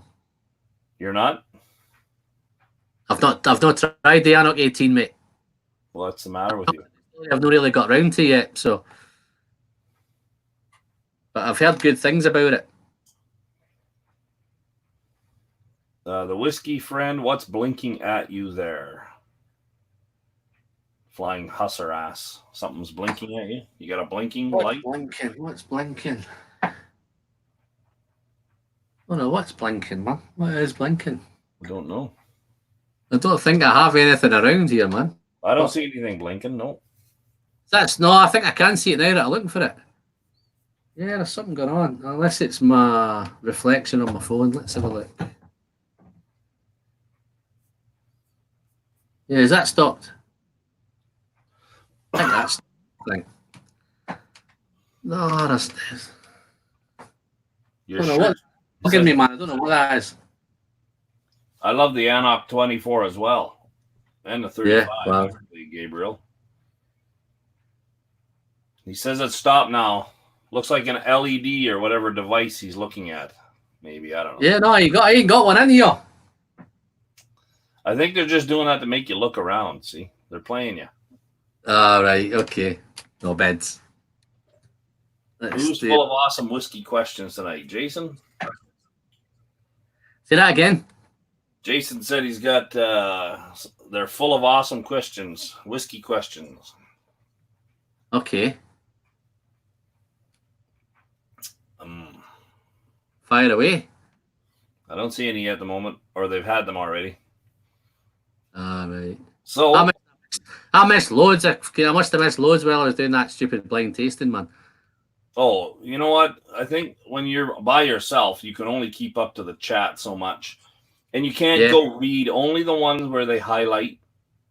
Should you maybe try to catch because they're talking to you directly. If they don't, then they're just having a chat conversation. Yeah, but on this StreamYard, when I've went into StreamYard, it doesn't highlight for me, I don't think. Okay, so I'm not looking at the StreamYard chat. So I open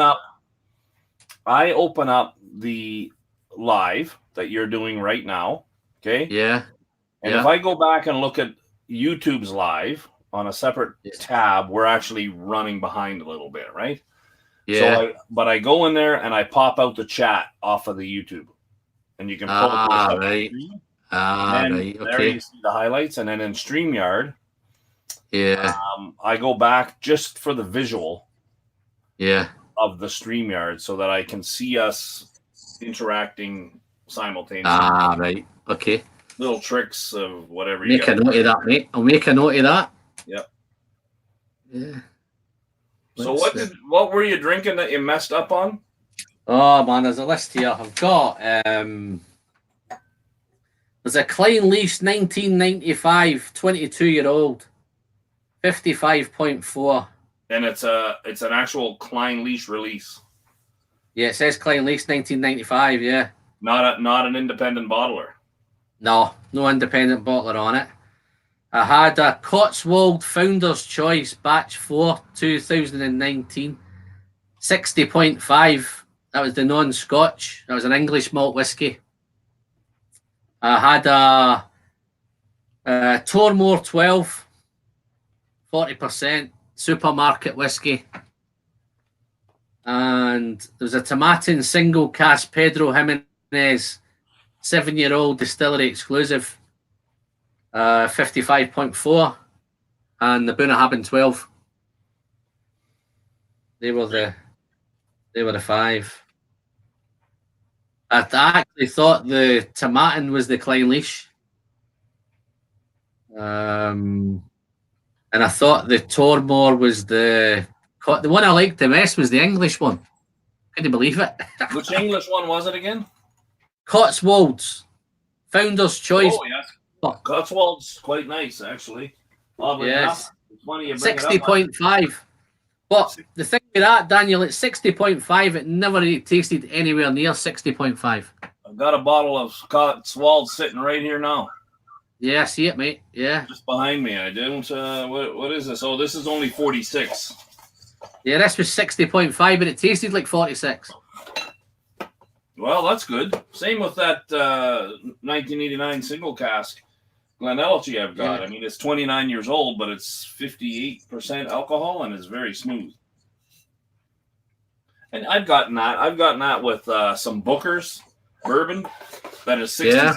Man, and I mean, you can go back to that one day and try it, and you might find it really hot. And then maybe you've done a few things through that day. Maybe you were drinking some whiskey already, and so your palate's kind of warmed up to that astringentness of alcohol. Yeah, no, that's when some of the other ones, because when I went through them, they all seemed to taste nowhere near what they were tasting. Yeah. Some of 55.5, and I was thinking they were 46. So there wasn't anything in it. Definitely that Cotswold was nowhere near 60.5. Oh, there you go. So it's I think that's the beauty of blind tasting, I think. Sir, plus, no matter how honest we want to be, yeah, a blind tasting, you have no other stimuli to give you any clues, right? absolutely. You're not judging it on what you think you already know about Annock or about Glenelg or about this distillery, that distillery, or the and so on, right? See, even when I was looking, I thought I was trying to get something from the colour, but I didn't even know whether they were coloured or they're not coloured. You know what I mean? It's why they were in dark bottles. No, I put them in my own glasses, so I saw the colours of them, so I didn't know whether they were natural colour or not natural colour.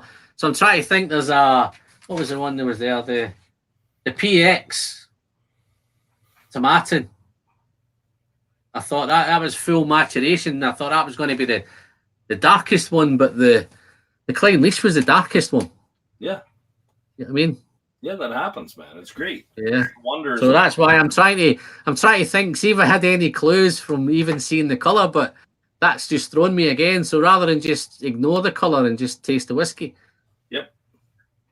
Well, I mean, they're talking about weather and stuff now. Okay. Molasses said, I can hardly find any of these whiskeys in your local market. Where's your local market? Down in, where do you say you were in? Manchester. Molasses? No, Molasses is in St. Louis. St. Louis, yeah. You may have a harder time, but hey, you got some stuff down there that neither me or Whiskey Friend can get our hands on. So, yeah. And the same thing. We have stuff up here. It's like that, right? Luckily I've got there's a guy in America who's sending me a load of bourbons, man. So I've got another parcel on its way. So he's sending me some really nice. I feel that I've been spoiled when it comes to bourbon because I'm really limited to hear what we can get. But but you also have ones that nobody can get here. Yeah. No, right? I know. Yeah, absolutely. Right. With regards to bourbon, I think it's really, really tough here with bourbon. Sure. We only get the kind of maker's mark and the normal kind of entry level stuff. We don't get any of the real. Are you kidding? When we do get it, we get hammered with it. Price. Nice. This is a 46, but this is not. I have an old release there on the shelf. I just opened this one up. Yeah. Here with a buddy over at his. We yeah, stopped. So I think I've got. I've got a couple of them. I think. Did they do a summer one and a winter one? Do they do a summer one and a winter one? So to speak, they do. Yeah. I'm sure it's makers. Yeah, they'll have special. They even had a Canadian release where they dipped it. The neck was dipped in white and red, right? Yeah. They're just having fun. That's part of the marketing, right? I think there's a whiskey shop here does something with Maker's Mark, I think, and they do it in special staves in the casks, I think. Yeah.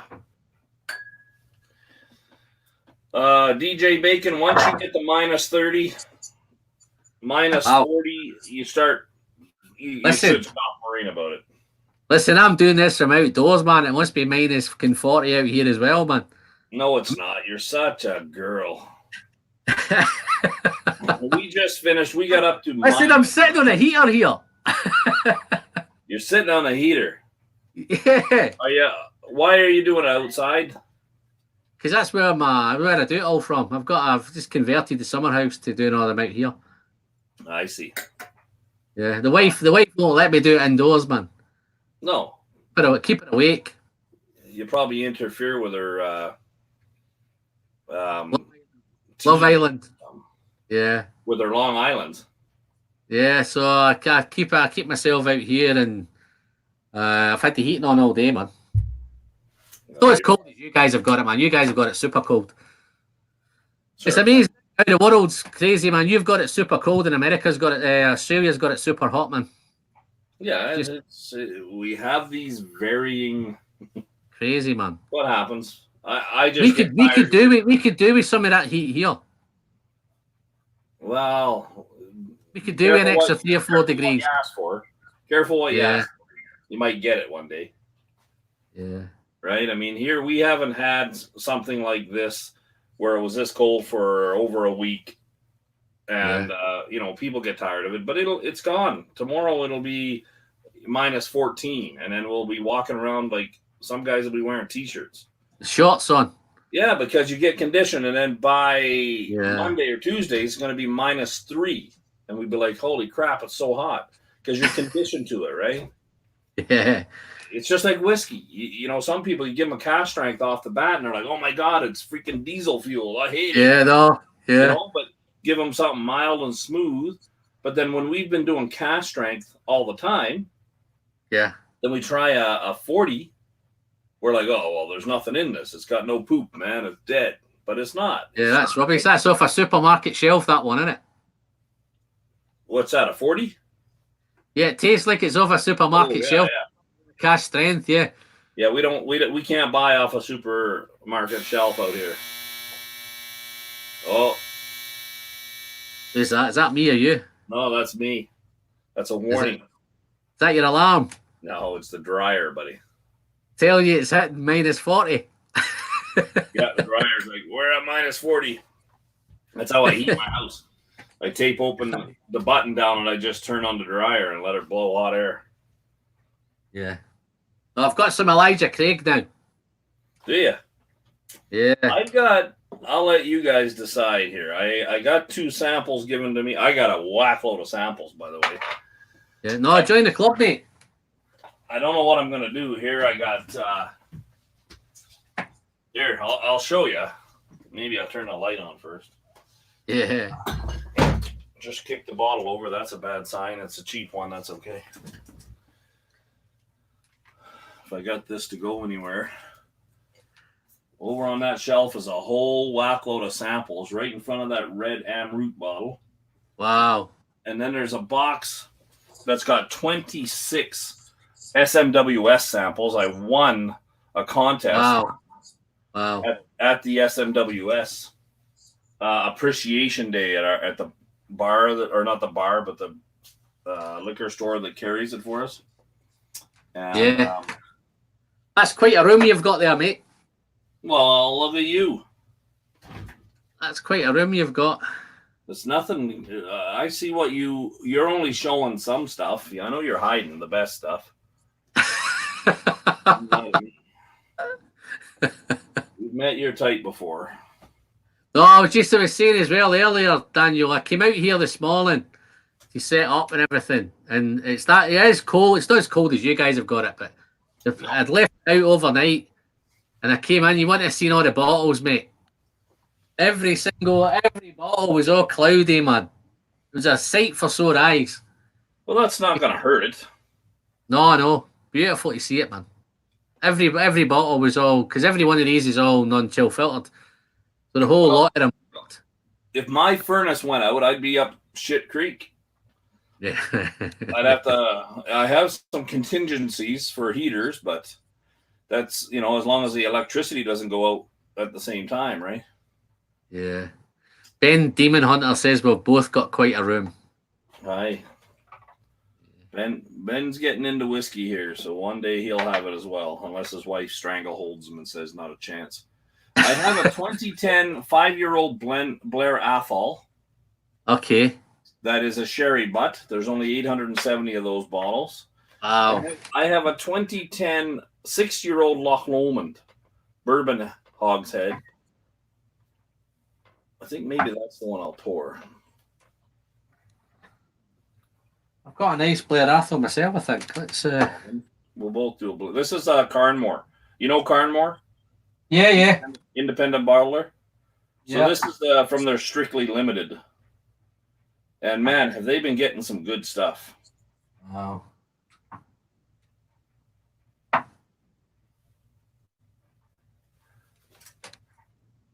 They're always okay with it in the beginning, Ben. Which Blair Athol did you open, Jason?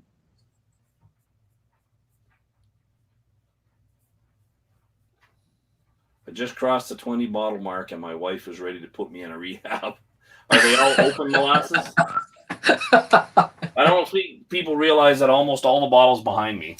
I have a different area with my open bottles. Maybe I'll do a live stream from there. I have this is the throttle cave. And then we have the man cave. Yeah. Yeah, it's a little small for a man cave, but sure. And then I have the whiskey wardrobe, right? Yeah. Oh, well, thank you, Ben. That live stream was a little choppy. I was kind of just joining in.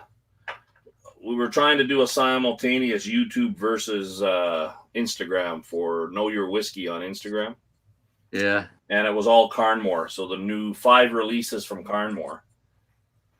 Right out here, we call ourselves the Rare Drammers, right? Anyway, I'm going to pour this Blair Athol, or pardon me, what did I say? I was going to open the Blair Athol, the Loch Lomond. I'm going to open up the Loch Lomond because I already opened it up.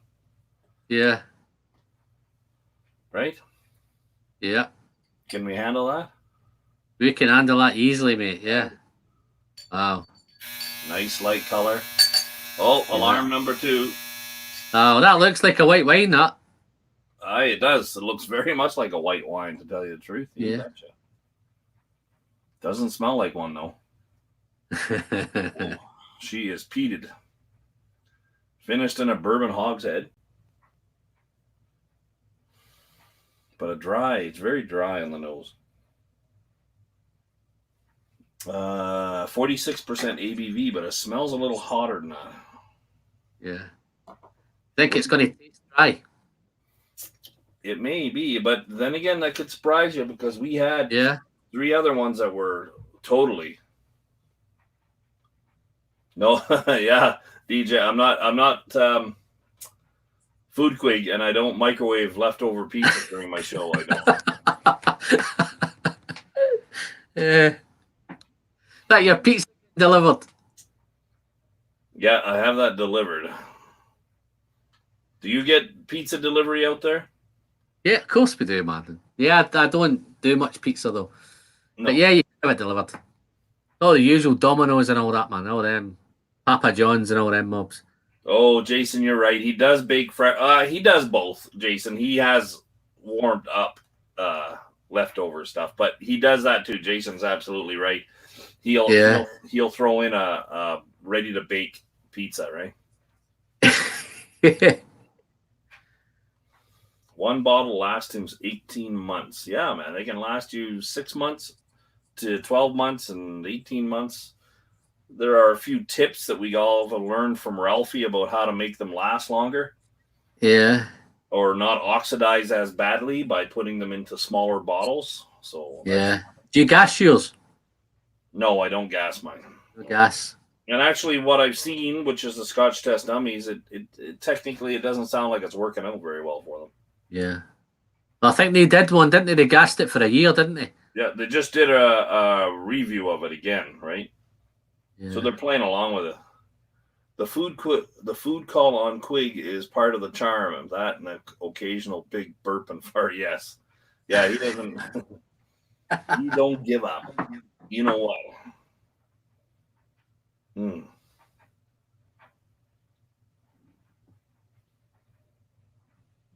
Yep.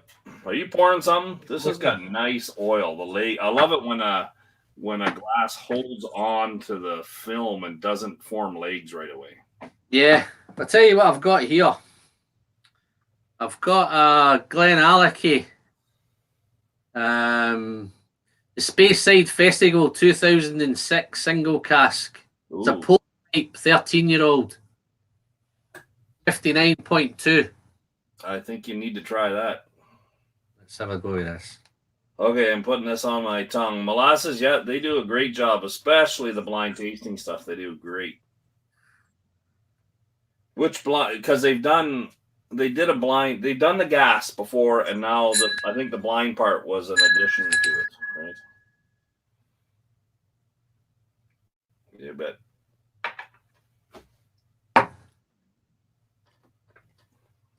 So you got to go to work tomorrow, Alan? Yeah. 9 o'clock. 9 o'clock? 9 o'clock start, mate. Oh, that can't be that bad. Big shot boss like you. I wish the damn days are gone, mate. What is this guy saying here now? Gabrielle, what's behind me? There is Duncan Taylor. I don't know if it's a Dimension bottle. I know the range, which was amazing, the 19-year-old Eiley.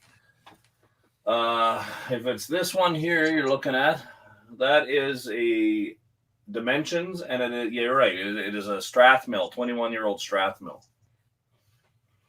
And then over there is a 23-year-old Glen Grant Dimensions. But the one that I've had the longest is from my first master class with a fellow named Peter Curry.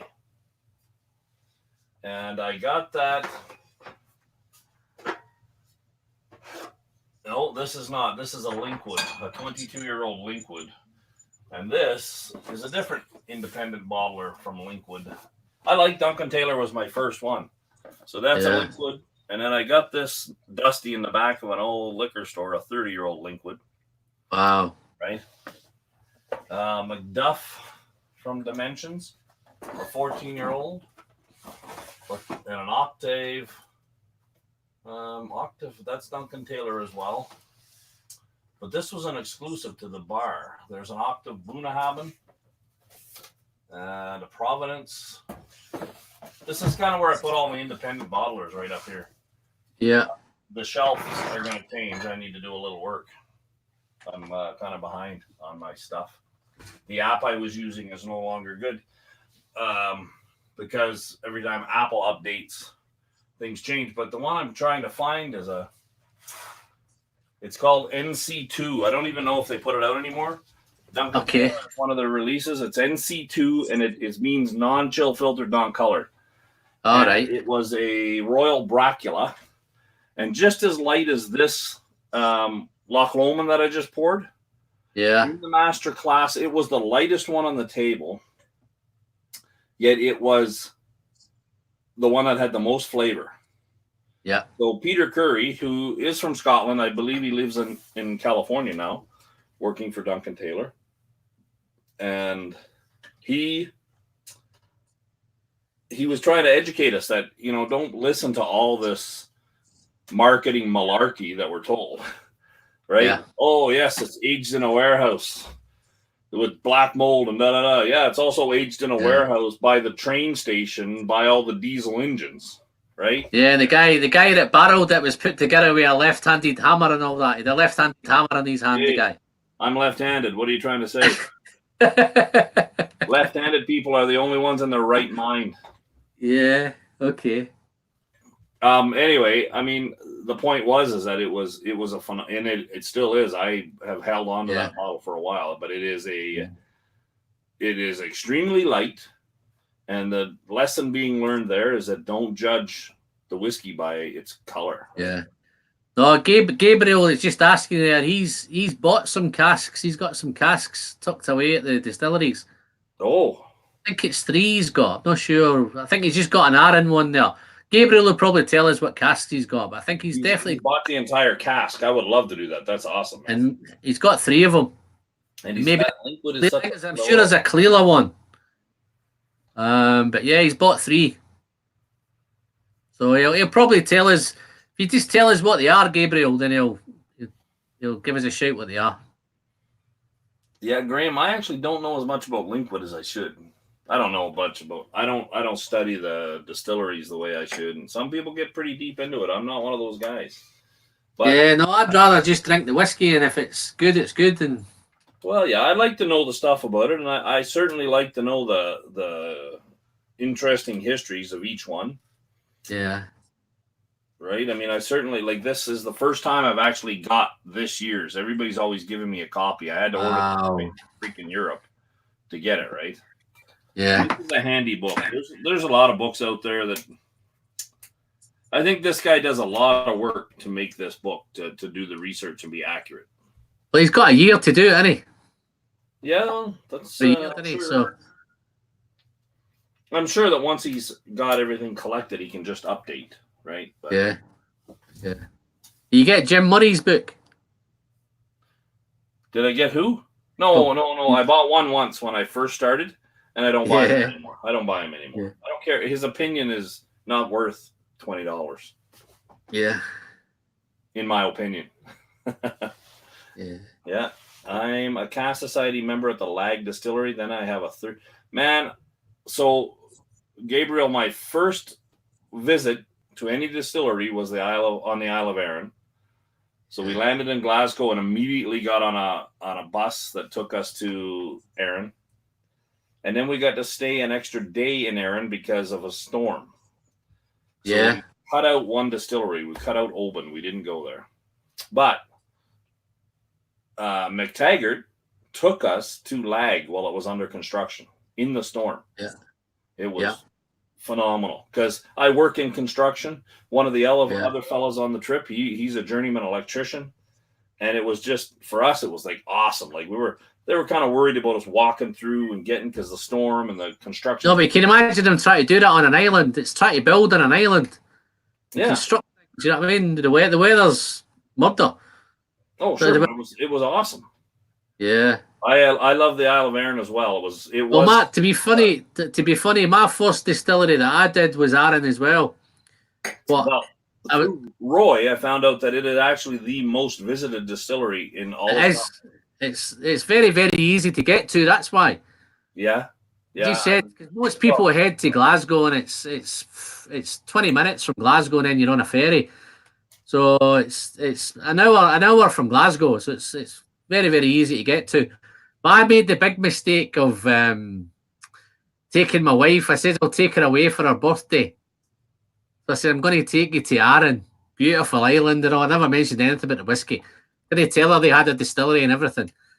Got there and it was a dreary November, man. It was dark and cold and it wasn't a great start. No. Well, I booked a tour the next day and a whiskey tasting. Then we got up and we actually phoned them up and delayed the whiskey tasting and the tour by an hour. And it turned out I was the only one on that second tour. So I sat with a guy in the bar tasting whiskey. Yeah. And then they paid for 5 or 6 drams, I think. By the time I was finished, I must have had 15 or 20. I tried every Arran that you had, man. Well, so when we first got there, now part of our trip was actually to look at buying a barrel exclusively, right? Yeah. There was a little bit of a miscommunication. I don't think they actually translated what was happening very well to Mr. McTaggart. Not his fault, but there was a bit of a misunderstanding. Anyway, the first thing we did was drive in, park. We didn't go into the distillery and the visiting center. We went into the private one on the side. Okay. And the guy's like, yeah, well, we got a few minutes, a half hour, whatever it was here. And he just started pulling stuff off the bar and pouring us samples, right? Yeah. No, they're very, very generous. Oh, yeah, they are. I mean, I went to one other distillery. I will not mention who they are, but they were not generous. They were a little bit... Yeah. Right? Because what I did, Daniel, I showed them pictures of I've got a big Arran collection. All those Devil's Punch Bowls and all them, and the Bothies and the Smugglers. I've got all those collectibles, even the peated ones. I had the full range of the peated ones. And I showed them some pictures, man, and that was it. They were all round and they were pouring everything. Anything I wanted, try this, try that, try this. Because I said I tried some of them. Although I had all those bottles, I hadn't opened any of them. So you let me try them. I had a great time. Rabbit wants to know what you're sipping on. I'm sipping on this Glenallachie Speyside Whiskey Festival 2006 Port Pipe 13-year-old at 59.2. And Bam, thank you, ma'am. It's very, very fruity and it's very, very oily. I'm not sure what ballot throttle props. It must have been something we were talking about. Bally throttle props. Bullet. Okay. Bam, thank you, ma'am. And I am drinking a 6-year-old Loch Lomond distilled in 2010. Yeah. 46% bourbon hogshead. A very nice peat and very light in color. As Alan said. Oh, that's like a white wine, that, man. White wine, yeah. So that's a little bit darker. Yes, you're a little, well, more than a little. Yeah. Yeah. I like it when they're a white wine. Pipes. I've never used that kind of descriptor before, but yes, it's like a white wine. A dry white wine. That's a good one. That was just given to me as a gift for doing the Carnmore stuff there on Instagram with one of the locals. Wow. This is powerful. Yeah, good. Too bad you didn't throw that in your blind. I'm going to send you a blind tasting, I think. Listen, if you watch this back in the replay, man, you won't bother. I'm going to send you a Canadian only blind tasting. I've got a few Canadians here. Maybe be able to help you out with these. Aye, but they're not blind, are they? No. I've got a Pine Creek, 21-year-old. You do not have a Pine Creek. Say again. No, you don't have a Pine Creek. Pike Creek. Pike Creek. Pike Creek. Yeah, Pike Creek. 21-year-old. This weekend, which Pike Creek is it? European Oak 2018. Okay, so this year's just won Whiskey of the Year at the Vancouver Whiskey Festival this weekend. Okay. Lot 4012. Cash strength 55.9. Lot 4012. Which one? 55.9 rye whiskey. Yeah, 12-year-old or 11-year-old? 12-year-old cask strength. Yeah, that's the first release. Yeah, got that one. Yep. And who's sending you all that? Rob Klompstra. I've got a Gooderham and Watts. Gooderheim and Warts. Little Trinity, 17-year-old. 3 grain, rye, corn, and wheat. For a British guy, you're having an awful hard time with English words. You think so? I'm trying to read he's writing shit. Yes, that's possible, yeah. Try to read his writing. And then I've got a Weiser's dissertation. Oh, yes. Discontinued. Yeah, so I've got a few of them, man. I've got a dissertation sitting right in here somebody found for me in a dusty old store. And you're never going to open those or what? Oh, we'll open them, man. I've opened a couple. I've done a couple of them on lives and stuff and that, but it's finding the time to open them. I don't know, you're probably the same. I get that much scent that I'm trying to keep up with it. I know what you mean. There's shitloads of it, man. I've got all this stuff that Jason and Mash and Drums sent me as well, man. Shitloads. This is Elijah Craig. He's got Elijah Craig. C918. That one. I think he's just sent me a C919 as well, I think. Yeah, you got some catching up to do, young fella. Shitloads of it, man. Yeah. Fitzgerald, 13-year-old. Michter's 106 proof. 106.8. So there's loads of same. It's just loads and loads of samples, man. But that's the only way I get to try a lot of this American stuff. We can't get any of this stuff here. No way I can get any of it. I want to ask the chat, am I the only one that thinks Alan sounds like Scotty from Star Trek? I can't get enough. Who thinks I sound like Scotty? You think I sound like Scotty? Scotty, yeah. Yeah, okay. Nice. Beam me up, Scotty. Beam me up. Captain, I can't get you any more power. Yeah. You wouldn't think I lived in England for 30 years, would you? No. No, you're too nice to be English. Yeah, I know that. Don't tell my wife. Don't tell my wife, though. My wife's English. Erik Wait said the same thing about Scots in Scotland. What is the same thing? You guys got to remind us. Sometimes we're in the chat talking and I forget what we said that you're referring to. Yeah, let's have a look. See who. You do need to go over to Alan and help him with his backlog. I have a friend that wants to come over and help me log everything I have in an Excel sheet. Wow. Yeah, but you know why he wants to do that, don't you? She actually. You know why she wants to do? Well, there might be a couple of reasons why she wants to do that. Well, there's only one reason she'd be allowed to, and that's not. Yeah, she's going to drink them. She can outdrink me, I think. Little thing. Yeah. Yeah. She's got a large collection herself, too. She just. Yeah. Yeah. She's an organizer. People are gifted that way. They can log things and keep records. I'd be shit at trying to log it and try to keep records. Yes, Rabbit, she's going to do it for free just because she likes to log things. See how the lights change now and I don't look too bad because the dome light is the sun has started to go down already. You're actually looking quite nice there, mate. You got dressed up for this? No, I'm just wearing a black. Look like you've got dressed up for this, man.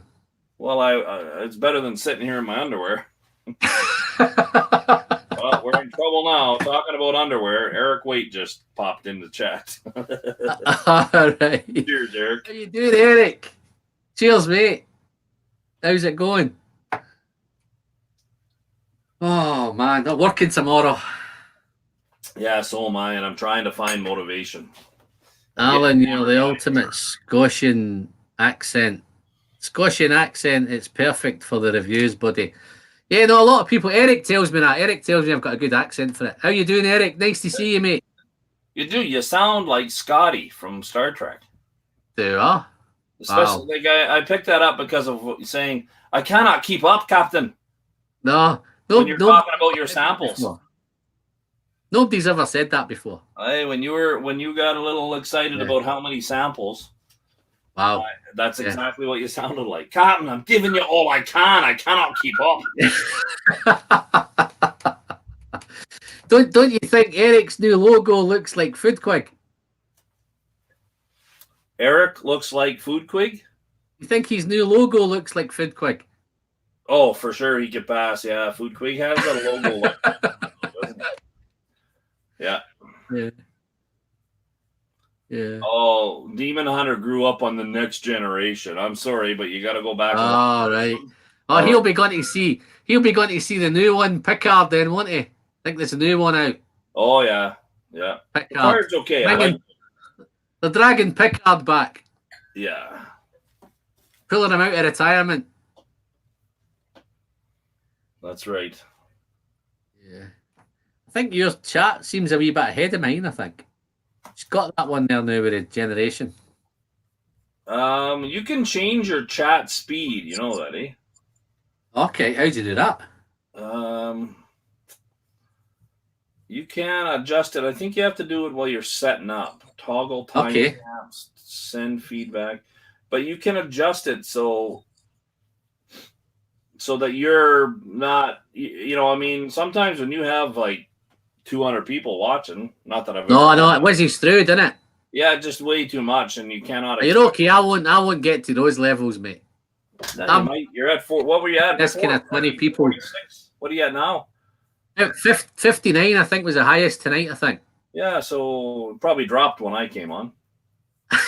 No, it dropped when I went to them fucking blind tastings, man. That's when it dropped.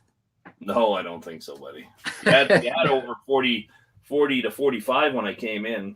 Yeah, no, it's it was. I'm chuffed with the way that the channel's just going great at the minute. That's good, Ben. You're doing fine. You're the number one thing about what you do is that you're consistent and you adjust, but you stay consistent in your adjustments. You're making small adjustments like they all say to do. I don't do that. I don't have time. I don't. You know, I will get organized one day in my life. It may be my last day of life, but I'll get organized one day. Yeah. I leave everything to my sister, so she'll organize it after I'm gone, maybe. I mean, and she's 11 years older than me, but I'm pretty sure she'll outlive me. Right? I have a 92-year-old father. Who knows how long I'll be here? Wow. So, just think how much whiskey you'll have if you live to 92, mate. Just think how much whiskey you'll have. Yeah, and everybody wondered why I wasted my time and didn't drink any. Yeah. Look at this Longmorn. Right away, I flipped to the page Longmorn. Okay.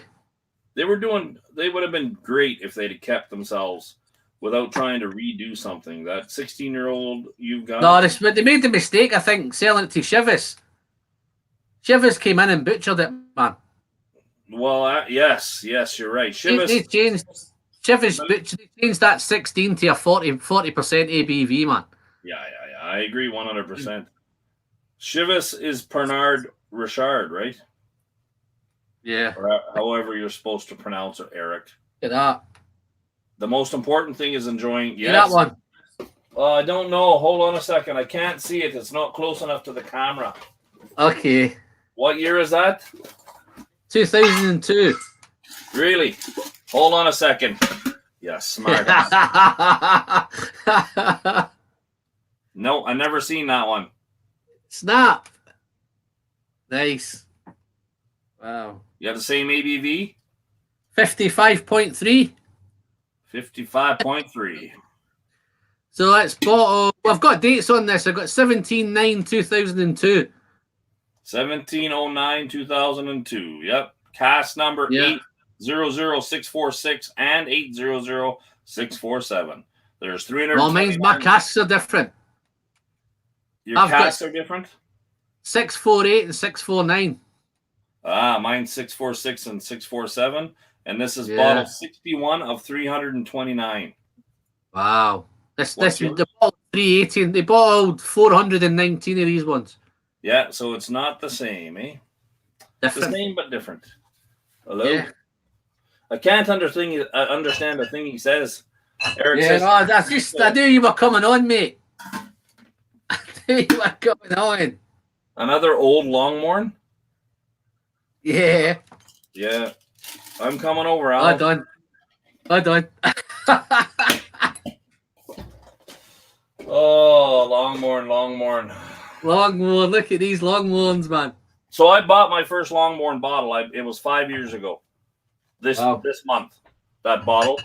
And, trying to find another one is something else. But it seems... Yeah, well, those Longmorns, I started collecting them before I knew what they were. Yeah.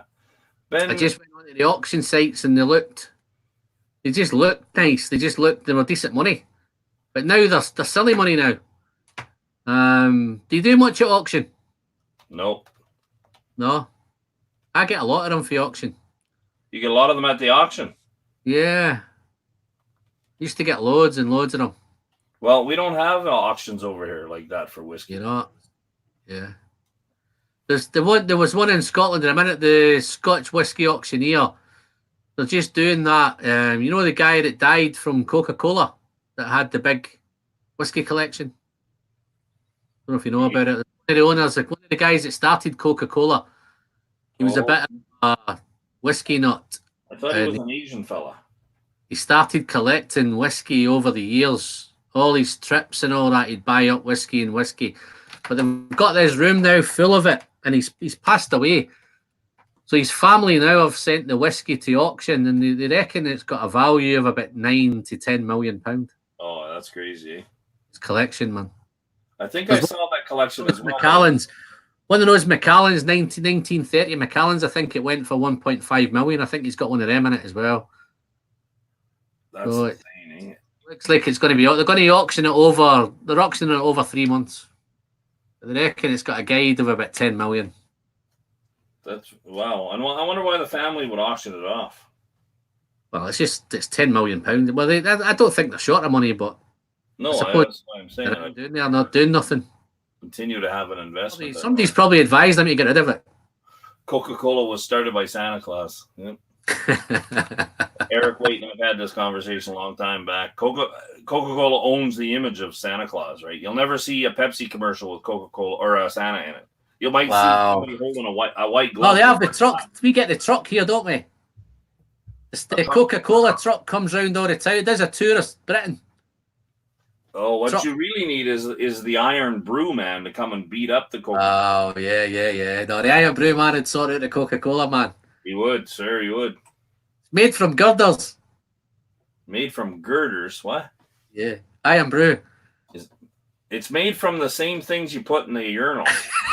Right, identically the same color. They're the same. That's orange. the strap line. Iron Brew's strap line is Iron Brew is made from girders.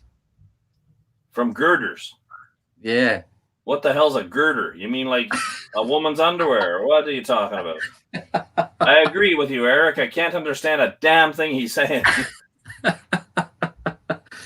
I think, as far as I know, girders, they hold up houses, man. They have buildings held up by them. Oh, they're called trusses. Yeah, well, it's a steel, you know. Yeah, whatever. What do you do for a They living? call them girders in Scotland. Aye. Check your email. Rabbit sent me an email. Aye, it's probably looking for Rabbit. a bite. There, he's looking for some samples, I think. Oh, is he? Yeah. It tasted like carbonated bubble gum juice. Yeah, I wasn't fond of it. But the joke I just made about it being the same color as the urinal, not the pucks that they put into urinals, into men's urinals, but a little plastic thing to, you know, it's still there to mask the scent of urine. But Wow. yes, Eric, it is. That's why I said the Iron Brew man could take the Coca-Cola guy. Anyway, the buddy of mine took a picture of it in front of the urinal. His bottle of Iron Brew is identical in color. Same orange. No, it's a wicked colour, Iron Brew. They've just done a new Iron Brew. I think they've took the sugar out of it. It's like a diet. Oh, don't tell me it's got aspartame. They reckon it's a 1920s. It's the same recipe in the 1920s or something, man. Iron Brew is the same color as Donald Trump. Okay, yeah. Orange. I think it's just another marketing tool. They still, I still think you can get RC Cola. Yep, that is Rabbit. I'm sure you can. I'm just trying to check this email. I'm keeping you up way past your bedtime. You're okay, mate. So it's all whiskey in it. So what do you do, Daniel? Well, I can't tell you that. It's deep, dark secret. All right. Okay. It's one of them then, yeah. I work in industrial construction. So factories and pulp mills and lime plants and stuff like that. And we line the inside of these units with a material called refractory, which is it's a long, hard thing to explain, actually. Okay, mate. I won't bother you anymore, mate. Eric says I'm a proctologist. It sounds like Eric's due for an exam, is what it sounds like. Yeah, no, Eric's due to be bending over, I think. Yep. Yeah, I could go somewhere, but I can't do that. We're not on the Swami show, so we're not gonna. D. Silva, how are you, sir?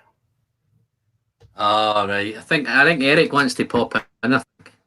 Send it, or Let me send another link, man. Send another. If you have his email, you just email it to him. But yeah, let me. You can probably tell I'm not technically gifted. Mate. No, neither am I. I'll put on there and he can find his way from there, man. Throw it in the chat. Yep. Diet Iron Brew is exactly what. Oh my God, is what I'd say too. Yeah. I'm glad I have my pants on too. Thanks, Silva. Damn right. You got to keep them on. They're getting harder and harder to put on, though. I'm past getting fat. I am fat. I am got fat. So I have to make a hard choice here real quick this week. There you go, Eric. Yeah. Click on that. I've popped it in, Eric. Just jump in, mate, if you want to jump in. See, I went to go and send it to you via 25 in the chat. That's good. A lot of them went to bed because the other half of the guys you had were actually in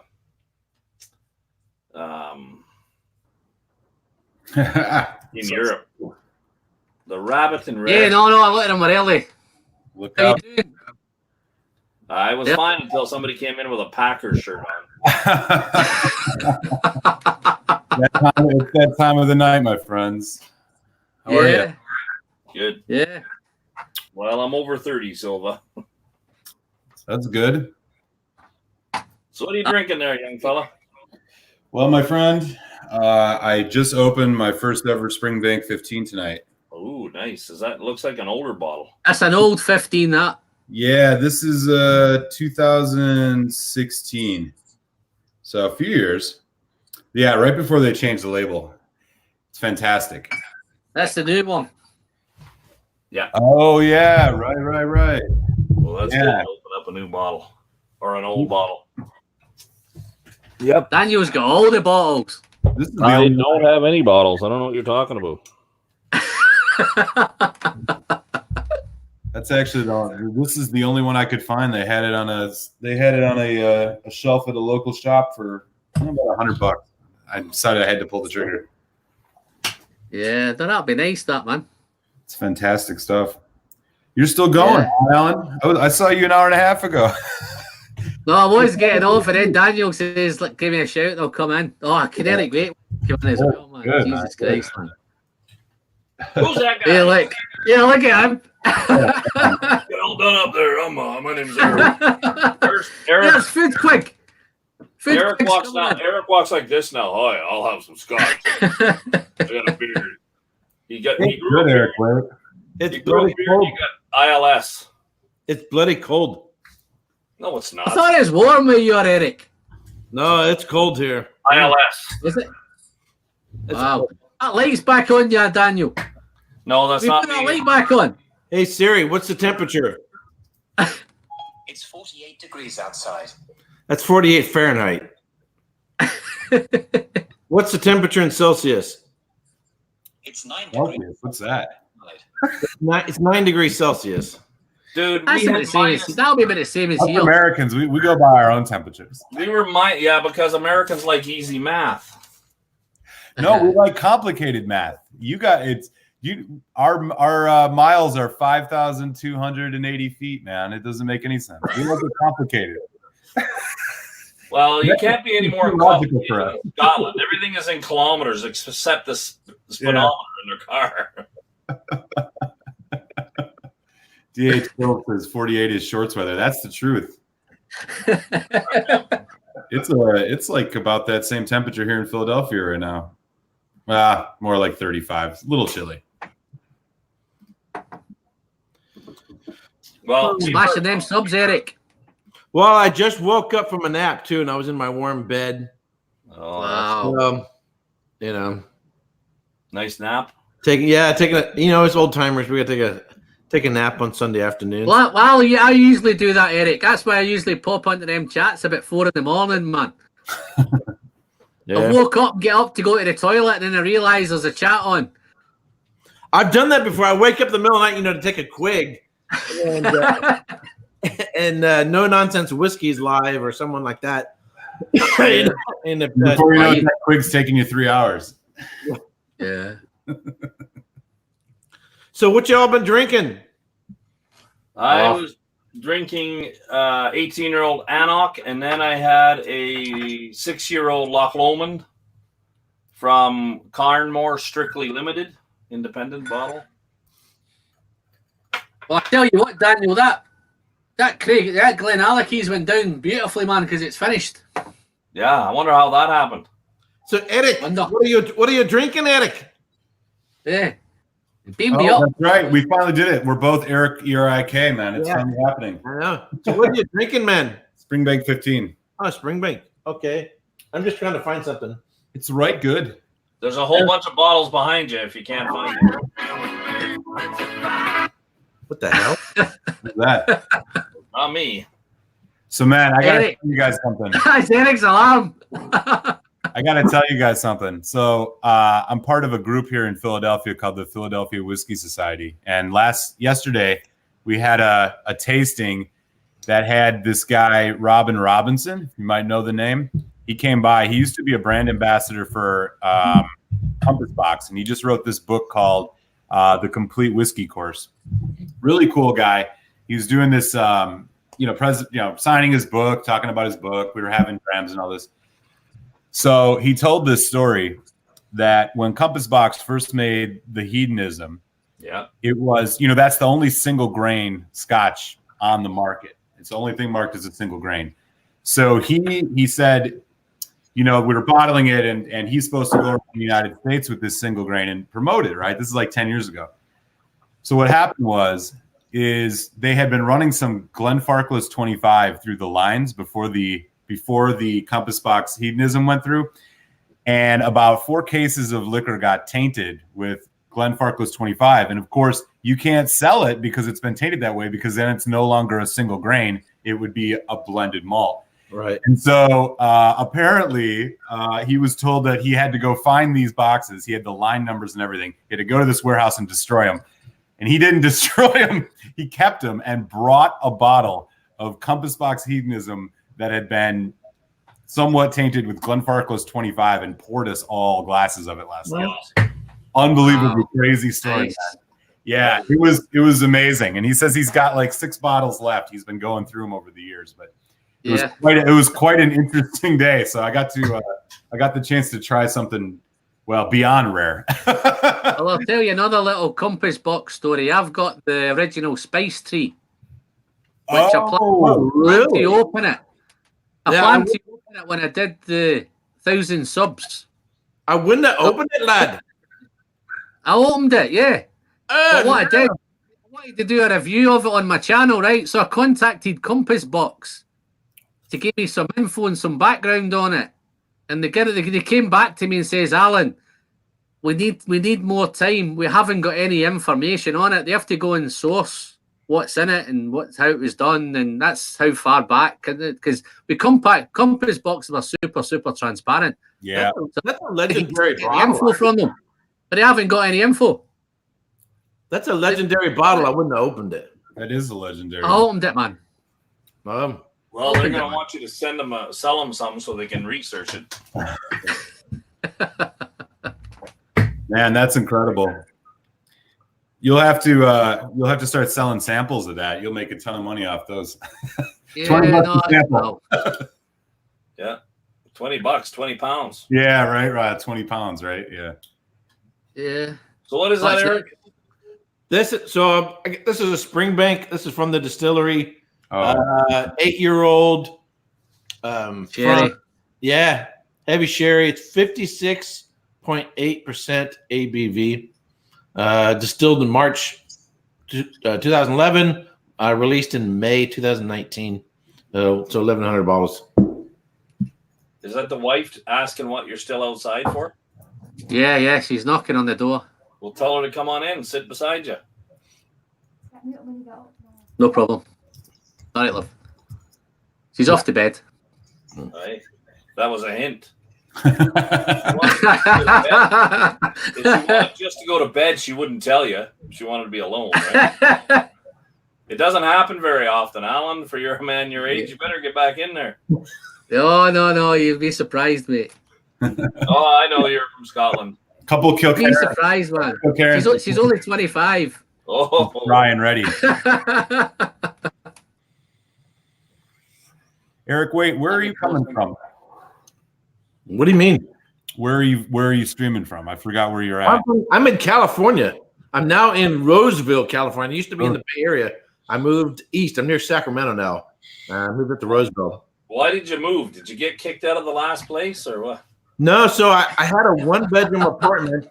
And I now have a 3-bedroom house, 2-story. It's about 1,950 square feet. Holler. Oh, yeah. So you put in a guest room for me when I come down. No, I got my sheep in there, and my farm animals in the other rooms. Wow. So and it also has a loft. In fact, above me is Hey, watch where you're pointing your finger. You're right in frickin' Alan's nose. There you go. There's also and then outside the master bedroom is a loft. There's another area which I use for an office. So anyway, you're in the valley then, up by Sacramento? No, I'm up near Sacramento. So up near Sacramento. So I used to change of job, change of place to live, the whole 9 yards. So major transit. Yeah, I moved like a couple weeks before Christmas. Nice. So yeah, it was nice. So I got everything unpacked, put away like the weekend before Christmas. Everything was moved. Now this doesn't look any different because it's basic same setup. Yeah, but nice. I can't have space to set up all my stuff. Right, but that looks really nice. Oh, done. Wow. Really large, yeah, really huge, long ass kitchen. Oh shit! I'm dropping stuff. You can see long countertops. That's really nice. In fact, I'm having a bunch of people over next. Did I just? Oh shit! Sorry, I'm having a bunch of people over next weekend for a whiskey event, and then the first weekend of April, probably gonna have a big shindig at my house. Get as many people as I can squeeze in here. So after I finish doing my Texas whiskeys, I'll have a whiskey event here. 15 people, 20 people, however many I can fit in here. Sure, that'll be fun. But what you're saying is, if I come to California, I'm gonna have to sleep on the balcony because of the sheep. Airbnb. Yeah. No, if you can. Well, it all depends. So one of my brothers might move in with me. We're discussing it. Because I get two right now. I get two. There's 2 upstairs bathrooms and 1 downstairs bathroom. I don't need those 2 other bedrooms. So one of my brothers have a tub. I can sleep in the tub, man. Oh yeah, a nice huge tub, man, in the master bedroom. My master bedroom. Eric, just on that 3-bedroom house, isn't it? A 5-bedroom, and you've got 5 beds, 2 tubs, and all that, man. Yeah, it's not. Listen, North America is not like Scotland, there, young fella. You might have a yard as big as my neighborhood, but yeah. I think there's more people within 10 miles of Erik Wait than live in Scotland. Yes, brother. Wow. So close. What's Rob saying to you there, Mr. Allen? So Scotland only has 500 square miles more than the state of California, but it only has 1/8 of the population of California. Yeah, but can I tell you something as well, England? Eric, see in land mass, it's as big as England, Scotland. Right. 2 countries are the same size. Yeah. So I mean, so Scotland. So the city, if you take the landmass of the city of Los Angeles, add that to Scotland, add that to California again, you'd have the same size of landmass in California as there is in all of Scotland. Wow. But population-wise, you've only have 1/8 of our population. No, I know, but England is 60 million people, and Scotland is 5 million people. That's the same land mass, but it's just different size. Yeah. Scotland's got lots of land and lots of people are all kind of spread out. You take Glasgow and Edinburgh out of that, the whole of Scotland is pretty much open. So there's a YouTube channel called The Urban Explorer, and he's from Liverpool, but he travels around in his van. He's a van explorer, and was just up in the Isle of Skye. So I just started following him because you get to see the landscape of wherever he's traveling to. So I'm not interested in buying a van or anything, but just to see where he's going and what he's doing and stuff. So I was just checking out his video, and he has a drone. So he's traveling on the Isle of Skye. Meanwhile, you know the way through. He takes his drone out, and you get to see the landscapes and stuff of the Isle of Skye. That's the only place I haven't been to in terms of landmass wise in Scotland. So watching his videos kind of getting me in the mood. Go back to Scotland and then head northwest and go up to the Isle of Skye and travel. There's not as many distilleries, but it looks like beautiful countryside. Yeah, no, it's lovely. It's beautiful. The whole country is beautiful. And you can rent a camper van for about 130 quid, but I don't know if they charge you for miles or not. So $130 sounds super cheap, but if they're charging you for miles, then it might cost you a lot more. But I'm looking into it. See, Canada is approximately 9.9, and the U.S. is 9.8 square kilometers. And we're giving everybody a social studies lesson here. But the population of Canada is 36 million, and the U.S. is like 291 million. What's the population of the city you're in, Throttle? Population of you're in? 1.4 million or something like that. Yeah, I was going to say something like that, right? It's small. Whereas Toronto was like 6.3. Yeah, that's about what Philadelphia's metro area is like 6.5, something like that, 6.8, right around that range. I don't know about that though. I think that You know, Rob Clongstra, he's up in your way, Daniel. That's the guy that gave me the Canadian samples. Who is? Rob Clongstra. He's in the chat here now. He just came home from work. He didn't expect me to still be on. So he must be near you somewhere. The Rob Clomster, Klomp. That sounds. Yeah, Rob, what's up, Rob? That sounds nuts. Yeah. You can crack on, Rob. You can get a wee whiskey now and have a whiskey with you. So I Rob was planning on getting off, but Daniel talked me into staying on. Yeah, I twisted his rubber arm. 2.5 hours ago, he talked me into staying on. I said, "Hey, I'll come and join you for a little bit." Now I'm stuck here. You won't let me. Now you got company over. Oh well, they're not very good company. Are they your company or the girlfriend's company or what? I was saying you got two Eriks here nipping at your heels. Yes. Yes. The young Erik and the old Erik. So the before and after. Yeah. I should change my channel name to Erik too. So you can just they were both bearded. Two bearded Eriks spelled E-R-I-K. What can you say? Erik and Red. Erik the Red. Erik the Red and Erik of California over here. Yeah. Erik the Bald. So it's kind of like looking in a mirror. Is that what you're saying, Mr. Wait? No, I look more like Quig. No. Man, Erik, you got it wrong. Quig looks more like you. There you go. No, he had a beard long before I did. Yeah. He's the original. He's growing that goatee now too, which is and he's been doing the beer whiskey thing a lot longer than I have. I've only been into whiskey since April. What year is this? 2016, I think, when I started. And so I haven't been doing whiskey as long as a lot of you other guys.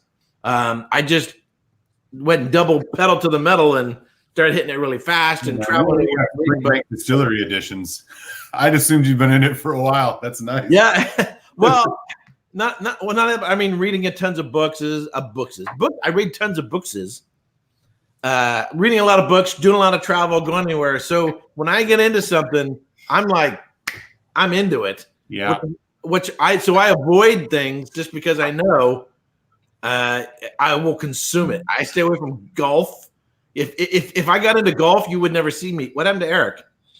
Oh, he's got a golf channel now. Golf. What was that? I missed something. What was that? There's some good golf courses in Scotland. Oh man, and golf. It'd be like a fusion. Oh, that black pepper, man, it's awesome. Alan, what were you showing there? I missed it. I was too busy flapping my kid. Oh my God! I'll show you what he was showing, but I'm not opening. Oh, Glenn Dronach, 16. Oh no, Longmorn. Oh, Longmorn, 16. Nice. Mine's hidden somewhere. Oh no, it's not hidden enough. Damn it.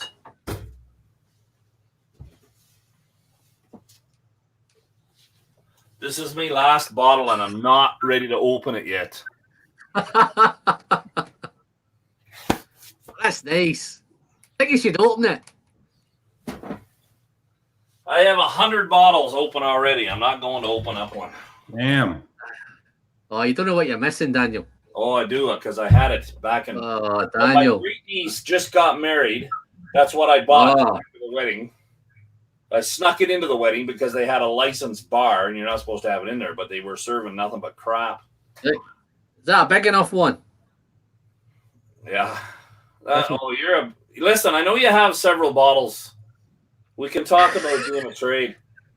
I'm not. You know what? I don't want to even go and hang out at Erik's now. I'm coming to Scotland and I'm staying in that room right there. This one? That one? No, that one.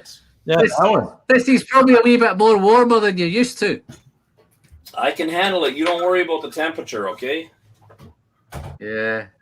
I've trained for a while. When he's coming to Scotland soon? I should leave my job right now, but they lose their. I was in Scotland in July and it was cold and rainy. I was at Old Pulteney. I'm outside. Yeah. I'm like, it's freaking cold out here. In July. Yeah, in July it was cold and raining. That's our summer.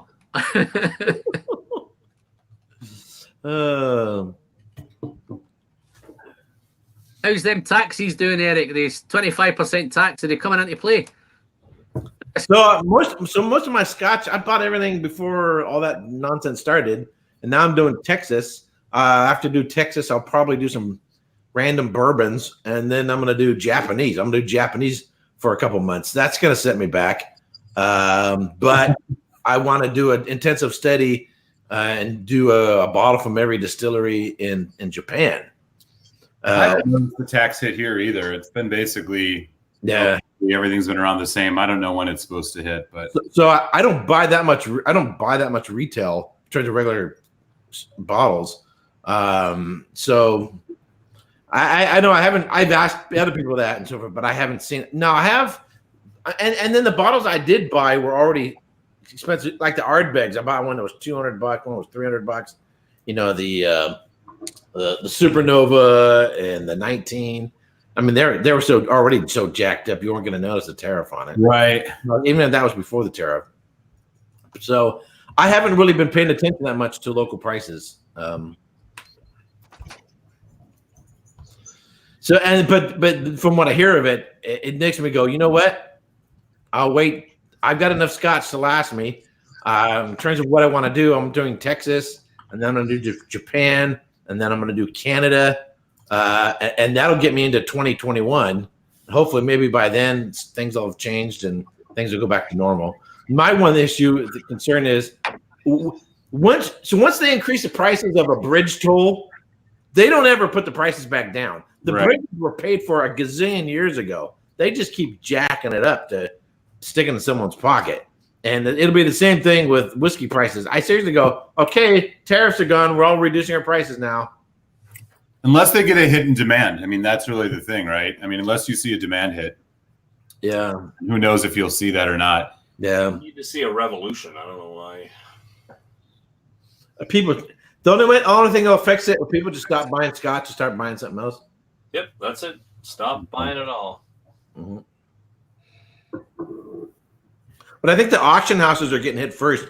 So, you know, if the number in terms of value, higher cost scotches are Americans, and if most serious scotch drinkers are getting them through auction houses, then the ones that are going to get hit first are going to be the auction houses, not your local retailer, because the sale is more direct. Everyone is coming through a distributor. It's the auction houses that are going to hit, because let's say this bottle's $300 on auction.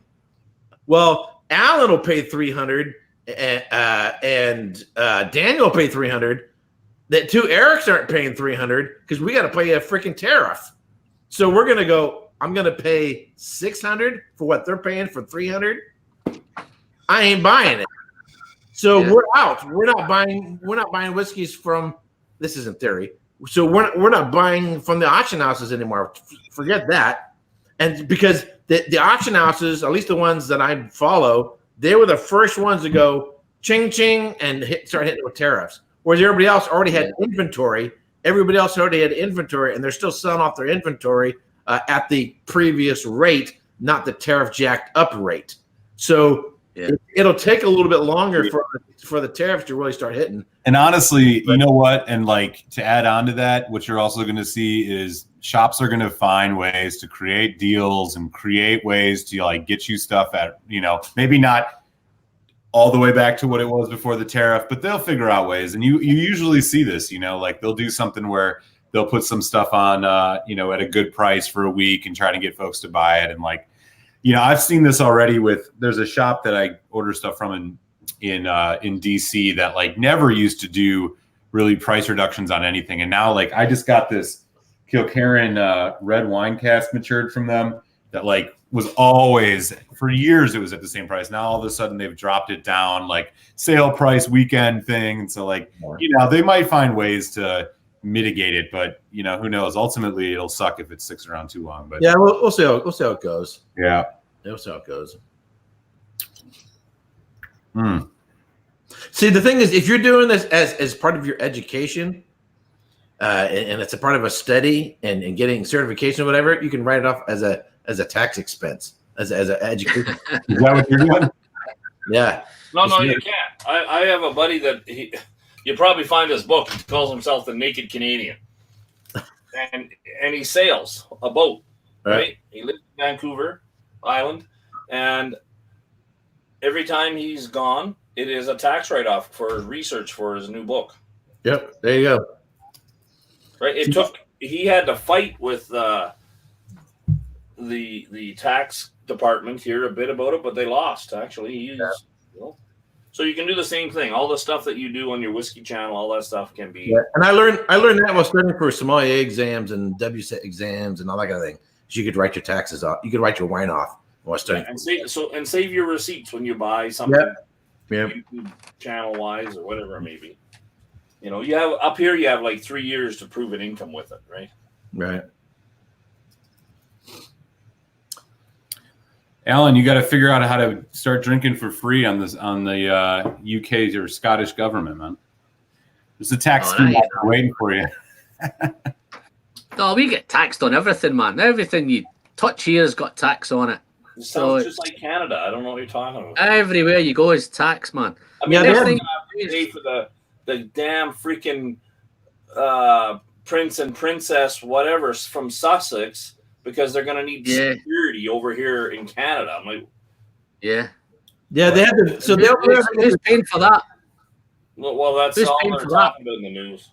So over there, they have the VAT, the value added tax. So if you're over there as a tourist, you keep your receipts, and then when you go through customs or whatever, and you show that, you actually submit them for a refund. I had all that stuff, and I never did though. Right?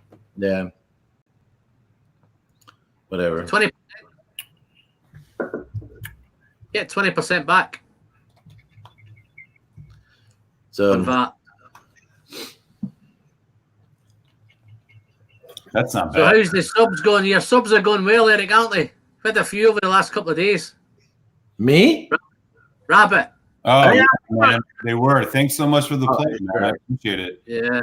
Yeah. So Eric, you got to mention which Eric you're referring to. I'll just call him Rabbit, and I'll call you Eric. There you go. And he calls sound all right. Everybody calls me Throttle.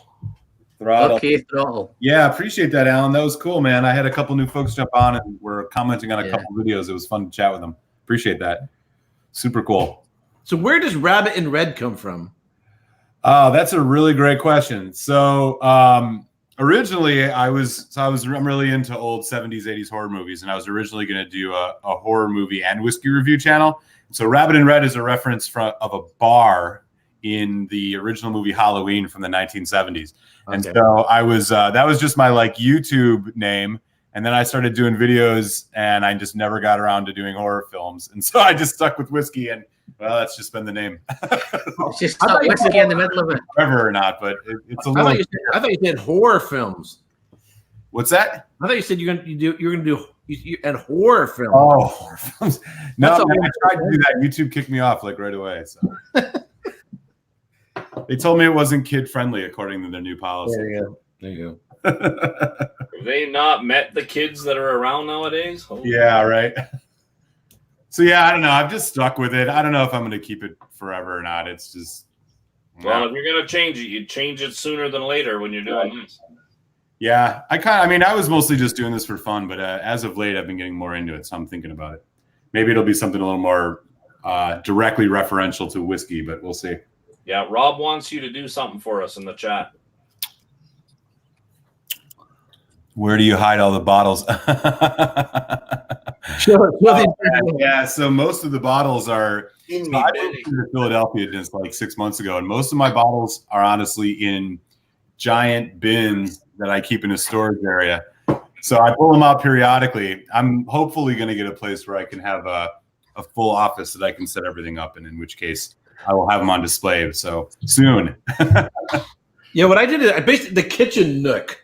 Because there's a dining area, there's a dining room over there. So basically, it's sort of a kitchen nook.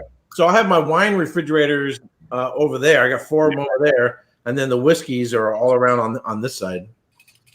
Yeah, I'd love to just set something up. I got a bunch of good stuff that be cool to have easily accessible. I forget what I have sometimes because it's all basically buried. Right. Wow. You gotta show off your bottles to make everybody drool when they're. Yeah. I don't have any bottles. This is a backdrop. I don't know why anybody. There you go. Yeah, it's all CGI. It's a green screen. It's a blue screen, actually.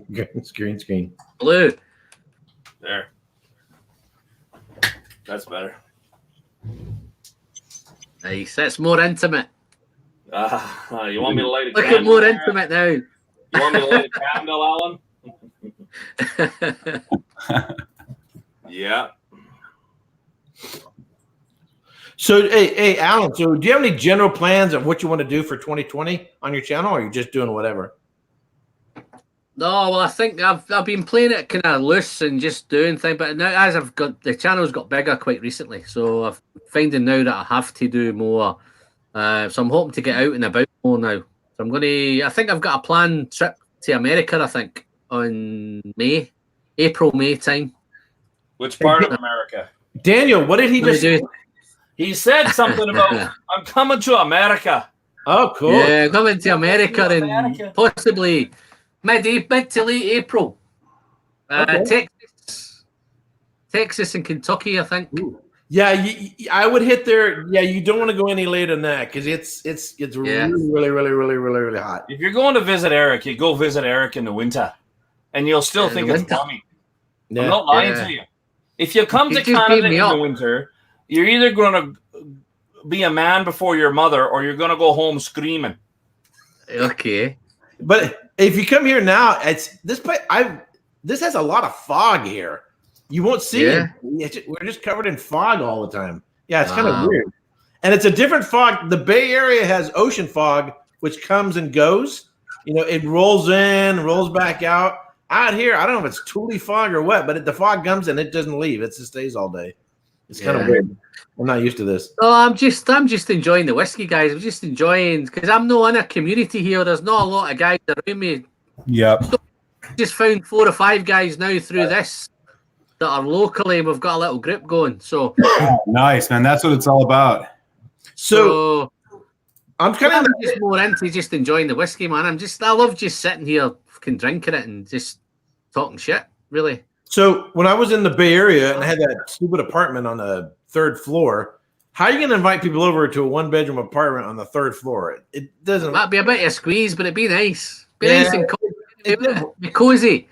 But now that I have this big ass house, as soon as I moved here, some people heard through Roy that I moved out of this area. So now I got contacted by some people. Next thing I know, boom, whiskey community without me having to even reach out to anybody, it just starting on its own. And there's a bunch of, on the wine side, there's a bunch of sommeliers out in this area too. So to be able to host people, have a whole bunch of people over here in terms of space, and then there's already more whiskey people here, I think, in the Sacramento area than in the Bay Area. It's more wine that direction. It's working out really well. Think of all the parties you're going to have, Erik. Think of all them whiskey parties and all them tasting events you're going to have in your house. The weekend following Christmas, I have 2 brothers that live here. So I also moved up here to be close to a couple of my brothers because I need more stress and drama in my life. So they came up, my 2 brothers and sister-in-law came over the weekend after Christmas, came over here. And my first thing my sister-in-law says, she says, "This place looks like it's set up for partying." I said, "Yep." Yep. And what's your point is what you say to her. Yeah, that's what this place is for. Cool. You got a place I can park my motorbike when I get there? Oh, yeah, I got a 2-car garage. Right on, because I don't want to get stolen. No, you can put it in the put it in the garage. You can put it in the garage, or you can put it in the garage. Don't you have a winter home like Alan, or is it a summer home? Whatever they call Summer it. home. Summer home. But it's called a summer home. I don't think it is a summer home if you sat in it now. Yeah, but the thing is that it's like how many feet away from your winter home? About 40, 50 feet. Right. Remember, down the back end, it's down the bottom end of the garden. Remember, Erik, that when you're in Scotland, you have the right to roam. Yeah, that's really cool. So I don't need to call ahead to walk through Alan's yard. Yeah. And they don't have guns like we do. No, they don't. Well, places. No, we have big dogs, though. We have big dogs. Well, don't worry. I get along with dogs well. Big hungry dogs. There's lots of sheep out there. You throw them a nice pork chop or something, and they'll forget about you. Okay. Who have we got in? We've got Hazy Vision, and that must be one of your guys, Eric. Yeah, it looks like we lost the other Eric. Oh, there he is. No, I'm here. He's back, man. He's done a quig. I had to quig it. And he shut the camera off because he's not wearing any pants. I take some quigs to the pool. You put a pizza on there, Rabbit, yeah? Yeah. Oh, man.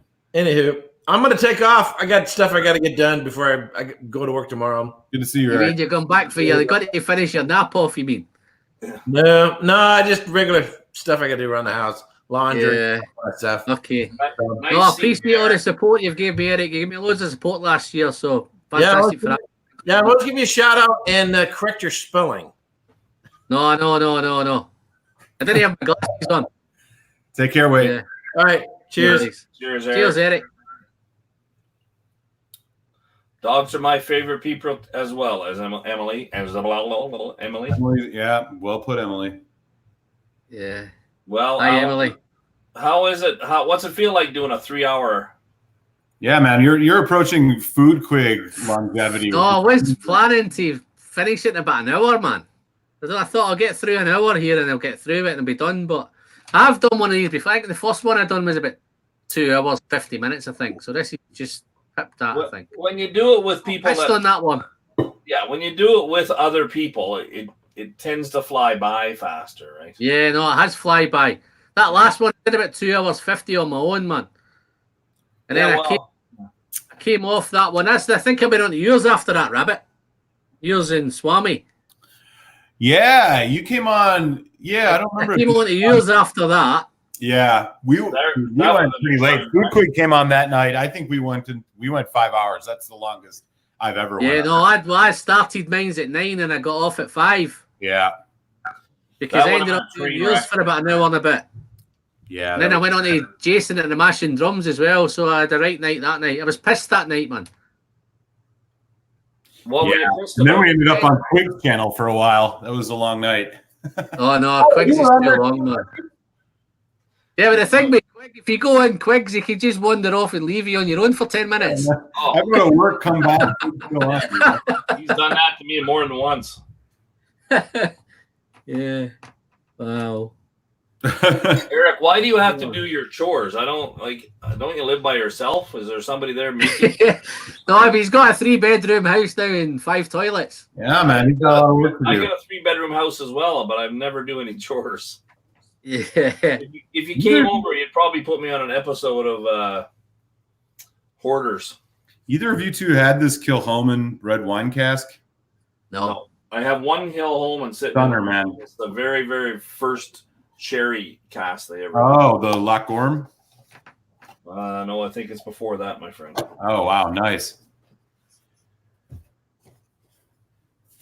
We'll do some Lagavulin 16 next. Or Lafroig. Lagavulin 16. Lafroig 16, not Lagavulin. Lagavulin 16 is actually much better. It's not bad. Does it look like a Lagavulin 16, that? No, man, it doesn't. Have you seen this around your way? So it was an Amazon exclusive UK release. What is it? So this came out late last year, Lafroig 16. And so the story behind it is it was released as an exclusive UK Amazon release. So you can get it on Amazon in the UK, nowhere else. And then some shops in the US had it, so I grabbed a couple. I think they've done one at the airport as well. I think they've done that at the airport. I mean, I was excited. It's 48%. It's all first fill bourbon, but I'll tell you, it's nothing special. I mean, it's good, but it's not a world. It was an airport exclusive. Very seldom do you find airport exclusives, in my opinion, that are that good. I brought back 2, and they were both Brook Laddie. and that's because I could try them, and they were 50-50. So I don't know if they put this. Yeah, I'm totally with you. I've had a couple airport exclusive. I had the Lafroig 4 Oak, which was garbage. I had Talisker Dark Storm, which was pretty good. I had the Krokmana from Bunahaven, which was good. This, I don't think this was an airport thing. I think it was strictly like, maybe it is now, but so in the UK, they did something with Amazon where they released this, and it was like, holy shit, they're doing an age statement release. Like, you hardly see this anymore. They're releasing an age statement 16-year-old Lafroig. And then it popped up in a few liquor stores near Philadelphia where I live, and I grabbed it. But you know, it's good, but it's not worth the price. It's like $100 a bottle. It's not super complex. It's a lot of that. It's first fill bourbon, so as you can imagine, you're getting a ton of the kind of vanilla, caramel, oaky notes. What ABV is it? What's that? 48%. What's the ABV? Yeah, 48. How much? 48. 48. Wow. Yeah, which is nice, right? It had all the hallmarks, and I loved the 18, which was also at 48, but it's not anywhere close to the 18. What? You don't want to have tried it. I mean, I've tried I'll bottle some up for 10 you. cask strength. Alan, when we do a sample swap, I'll bottle some up for you and send it your way. All right, mate. Well, I'll send you some of the cask strength 10 then if you want some of that. Oh, hell yeah. That'd be awesome. I can't believe you can order booze on Amazon. Unfortunately, in the UK. Yeah. Oh, we get loads here, Daniel. Loads of it on Amazon. I know. Can't order it here. What was the last one? I just got on Amazon. True. You can order stuff, but you got to make sure that you've got it all figured out. Like, I got a buddy that orders from Whiskey Barrel. You just got to make sure that you pay the taxes. Right, when it shows up. So you have to be in contact with the customs before it gets here. Ben Demon Hunter says here that Lagavulin 16 is his second favorite scotch, but the Ugadal is number one. Man, I can't bucket that. The Ugadal is fantastic. Well, let me tell you a little Ugadal story. Well, that was one of the first bottles that I bought as a collector. Oh, yeah? Ugadal came out, the 2003 Ugadal. That's when they produced it. Glenn Morangi took over the Ardbeg distillery in 2003, and they produced that Ugadal. So I had some old Ardbeg in it, and I must have bought 5 or 6 bottles of that. Oh, nice. It became super collectible. But as the Ugadal now is nothing compared to what it was in 2003, 2004, and 2005. Even up to 2007, it was Whiskey World. Jim Murray's Whiskey World, the best one of the whiskey in the world in 2007. But it was an awesome whiskey, man. You think it's dropped off that much? I think it's dropped. I don't think there's old stuff in it as there used to be in it. Yeah. I think I still think it's a really good it's like Glendronach's got the older stuff in it. It was similar to like the 18 and the Revival. They had older stuff in them as well with the older Ugadals, but I think an Ugadal now is just a straightforward Ugadal. Don't get me wrong, it's still fantastic stuff. Rabbit, show your bottle so Rob Klomsky can see what you're drinking from the Kilholman. Oh, yeah. You missed it. Is all right? This is what it looks like. Let me make sure this is it's Kilholman red wine cask matured. Yeah. Well, we have that here. I think actually it was an Alberta exclusive, that one here. Oh, really? But I didn't buy it. So this is one of the better Kilholmans I've had, I'll be honest. I think it's probably only 5 or 6 years old. There's no year on it or anything like that, but man. Is that peated? Oh, it was bottled in 2017, distilled in 2012. So it's a 5-year-old, but my God, it is fantastic. That's what it looks like. Is it peated? Yeah, it's got a little bit of peat. It's not a ton, but it's got peat for sure. Really, really good. I've been getting into the Kilholmans. I recently got a bunch of Kilholmans. I got a single cask sherry. I got the STR cask, and I got a cask strength Mocker Bay, which is like almost at 60%, which is amazing stuff. And that one was really, really good. And I think there was one other one that I grabbed. I just can't remember what it is. But yeah, I'm really loving the Kilholmans. I think I'll be doing a lot more of those this year for sure. I've just poured a new one, Daniel. Oh! Another sample. What are you pouring now, you sneaky? No, I'm going to get through. I'm going to get through these. This is a great way of getting through these samples, man. Purging through the samples. Well, I'm gonna. Bunnahabhain 14. You're a sneaky little. PX. Scotsman sneaky. No, I'm in England. Bunnahabhain? You live in England. 14-year-old Moyne PX. Hold on a second. Did you just tell me you live in England? Yes. But you're Scottish. I've been in England for 30 years, man. Why did they kick you out of Scotland? That's what I want to know. You did something wrong. Well, Is your wife No, I can't mention what I did. Is your wife Scottish? My wife is English. Ah, that's what it is. I see. My wife is English. Okay, Yeah, I'm gonna go Find something. What are you drinking out of your samples? Yeah, Bunnahabhain 14-year-old Moyne PX. Wow. 53.2. What do I have that'll match that in a sample? Wow, this is Pete, man. Hey. Oh, watch it. I'm gonna kick the bottle over. This is Pete, man. I almost kicked this over. That would be a shame, wouldn't it? I dread to man. Wow, Which one though? 15. Yeah, what's it called though? The fairy flag. Yeah. Wow. Don't want to kick that over. Now I'm looking at samples. Yeah. Carnmore, Bunnahabhain 2013. Springbank Society 8-year-old. Wow. Um, Oh, we could have a sample fest, couldn't we? We could. Just smashing loads of samples. I still got some samples from Quig that I got to get through. Or no, I think I only have one left. It's Shelter Point, something out of Canada. I'm going to try and show you, Rabbit. Look. I don't know if I can show you. I don't know, boys. Behind me. I do have a sample of Macallan, the Vino Broke. Oh, nice.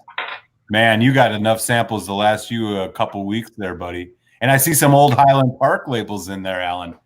Those some old Highland Parks? Yeah. Nice. Yeah. Got some old Elijah Craig as well. Man, I have one too. I have one of the old hazmat barrel proofs. It's like almost 70%. Yeah. Oh man, that's choice right there, brother. I have one that nobody can get. Oh, what's that? It's a Bunnahabhain. Or no, I'm gonna get one. I'm gonna get one. I'm gonna get one. You're not gonna get one of these. I'm gonna get one. No, Ease you're it. not. Ease it. It's Yeah, as Scotty would say, ease it. You're not gonna get it. Yep, you're right, Ben. Ease it. Vancouver Distillery. Yeah. Ben, Demon Hunter, if you're not subscribed to Food Quig, you should subscribe to him. He's over on Victoria, and he's got a bunch of Shelter Points. He does great videos. You should check it out. I'm going to tell you where this is from, but I cannot reveal too much. Okay. I can't because It's just a tease, Daniel. no. I'll tell you what this is. There's only 180 of these bottles. Oh boy. Okay. Do I need to shut my lights off on the back again for the? No, you're okay, mate. You gotta set the mood for us, brother. You need some intimacy. It was a little bit more intimate before, but Is that better? A little more intimate. yeah. Erik Wait, he's putting a dimmer switches for his lights in my kitchen. Never done this before. I hope I don't get electrocuted. This is a Canadian exclusive. It was actually an exclusive for a club on Vancouver Island. Oh boy. Well, they kind of cover. There's members that are not just in Vancouver or on the island. It's called the We Rock Whiskey Club, and they bought this. Ben Ryek. Oh. Okay. Ben Rick, yeah. It's a limited 2007 release. It is a 10-year-old, distilled in 07. Date of distillation was 07, February. Cask number 584. They bought the entire cask. There's only 180 bottles came out of it. It is 62.1% by volume. Wow. And I found this was sitting on a shelf, and I went, "What the hell's the story?" To my buddy, the manager there, and he went, "I don't know. It was opened up in our government website, and he bought it." But the person, the rep or whatever that reps this down in Calgary, quit or left the distribution company that worked for it, right? And all of a sudden, it just got released through what we call Liquor Connect. So it was meant for them only. They had already bought and paid for everything but the taxes. So this bottle was selling for under $100, right? Was an exclusive Ben Riach. Wow. And so I saw, this is last year, one year this month, they were at the Vancouver Island Victoria Whiskey Festival, which if you'll type it in is probably the biggest thing in North America, to tell you the truth. Yeah. Yeah.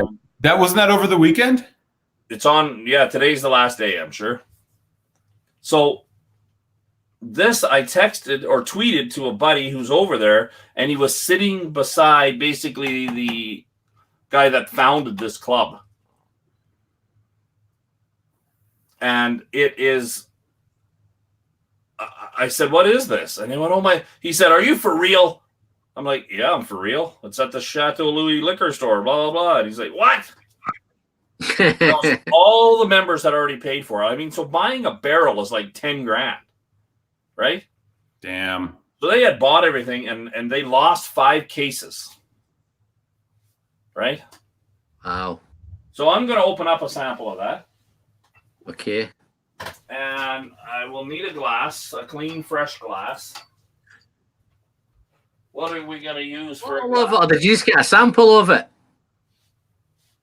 Well, yes, I just got a sample of it. A sample of it. Wink, wink, nudge, nudge. I'm going to pour it into a Ben Riach glass. Wow, okay. Keep it official. Well, I told him, I said, it was kind of getting a little bit of a monotonous thing.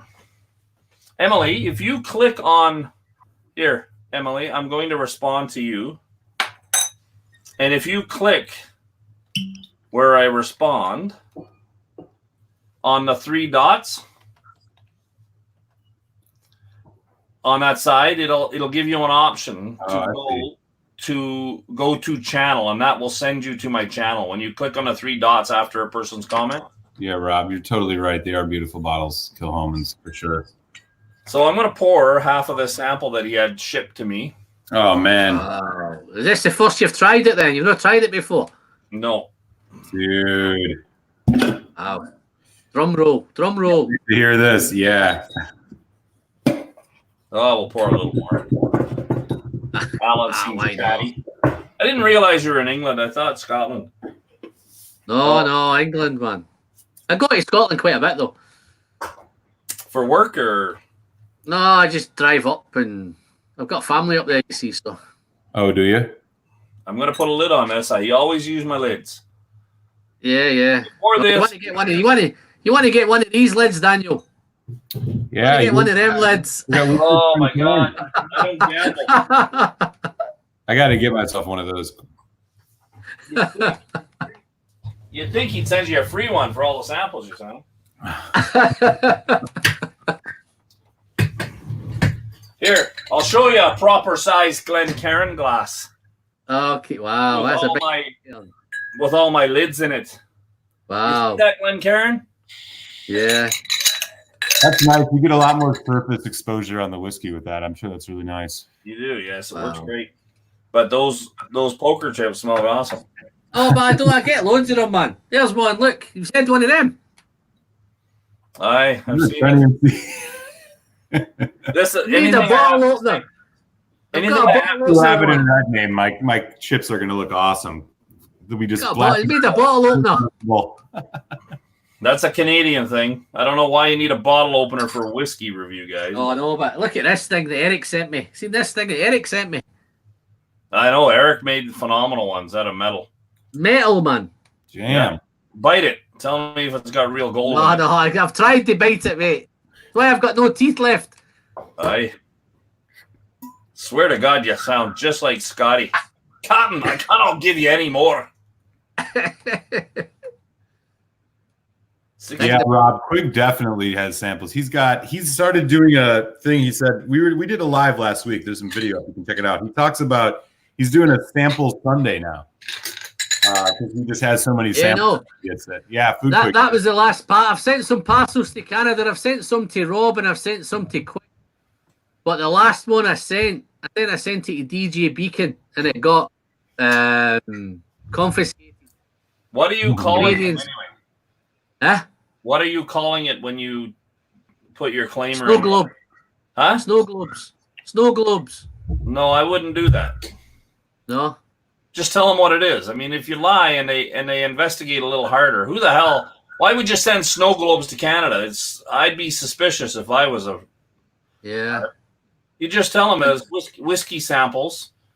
Like, yeah. I don't know. I think that depends. I mean, if you're sending them in a cheesy package and all that type of stuff, but yeah, I don't know. I'm going to have new yeah, glasses. no, I've been boxing them up. Some of them got through. The ones that got through to Quigg got through, and Rob's got through, but that last one just got stopped and confiscated. See, Erik Wait, he is so far ahead of everybody else. He's going to steal an idea that I already had. But that's the difference. See, he does stuff. He promotes, and same thing, Alan. Pay attention to that. Wow. Thinking ahead of the game. He's a snake, isn't he? He's a snake. I don't know if he's a snake. I don't think he has that demeanor to be He's lower than a snake's belly, man. Aye. Erik Wait, he's lower than a snake's belly. You ask Erik about the snake in the Bible that deceived Eve. That was probably actually not a snake. He was probably a serpent. And he had legs. And then he was cursed to crawl on his belly. And it had Erik Wait's logo on its face? You might have had an Erik Wait. He was a bearded serpent. Eee, the worst kind. And it's going to come with free samples. This has got a nice, not peat, but a nice smoke to it. I got to get an Erik Wait chip. I got to get a whiskey friend chip too. Shit. Wow. Just email me. Yeah, I will for sure. You know it. The snake was a politician. Did he have orange hair? This is awesome. Okay, I'm going to take my first sip at 62.1% ABV. Wow, that's going to be... Yeah, man. That sounds amazing.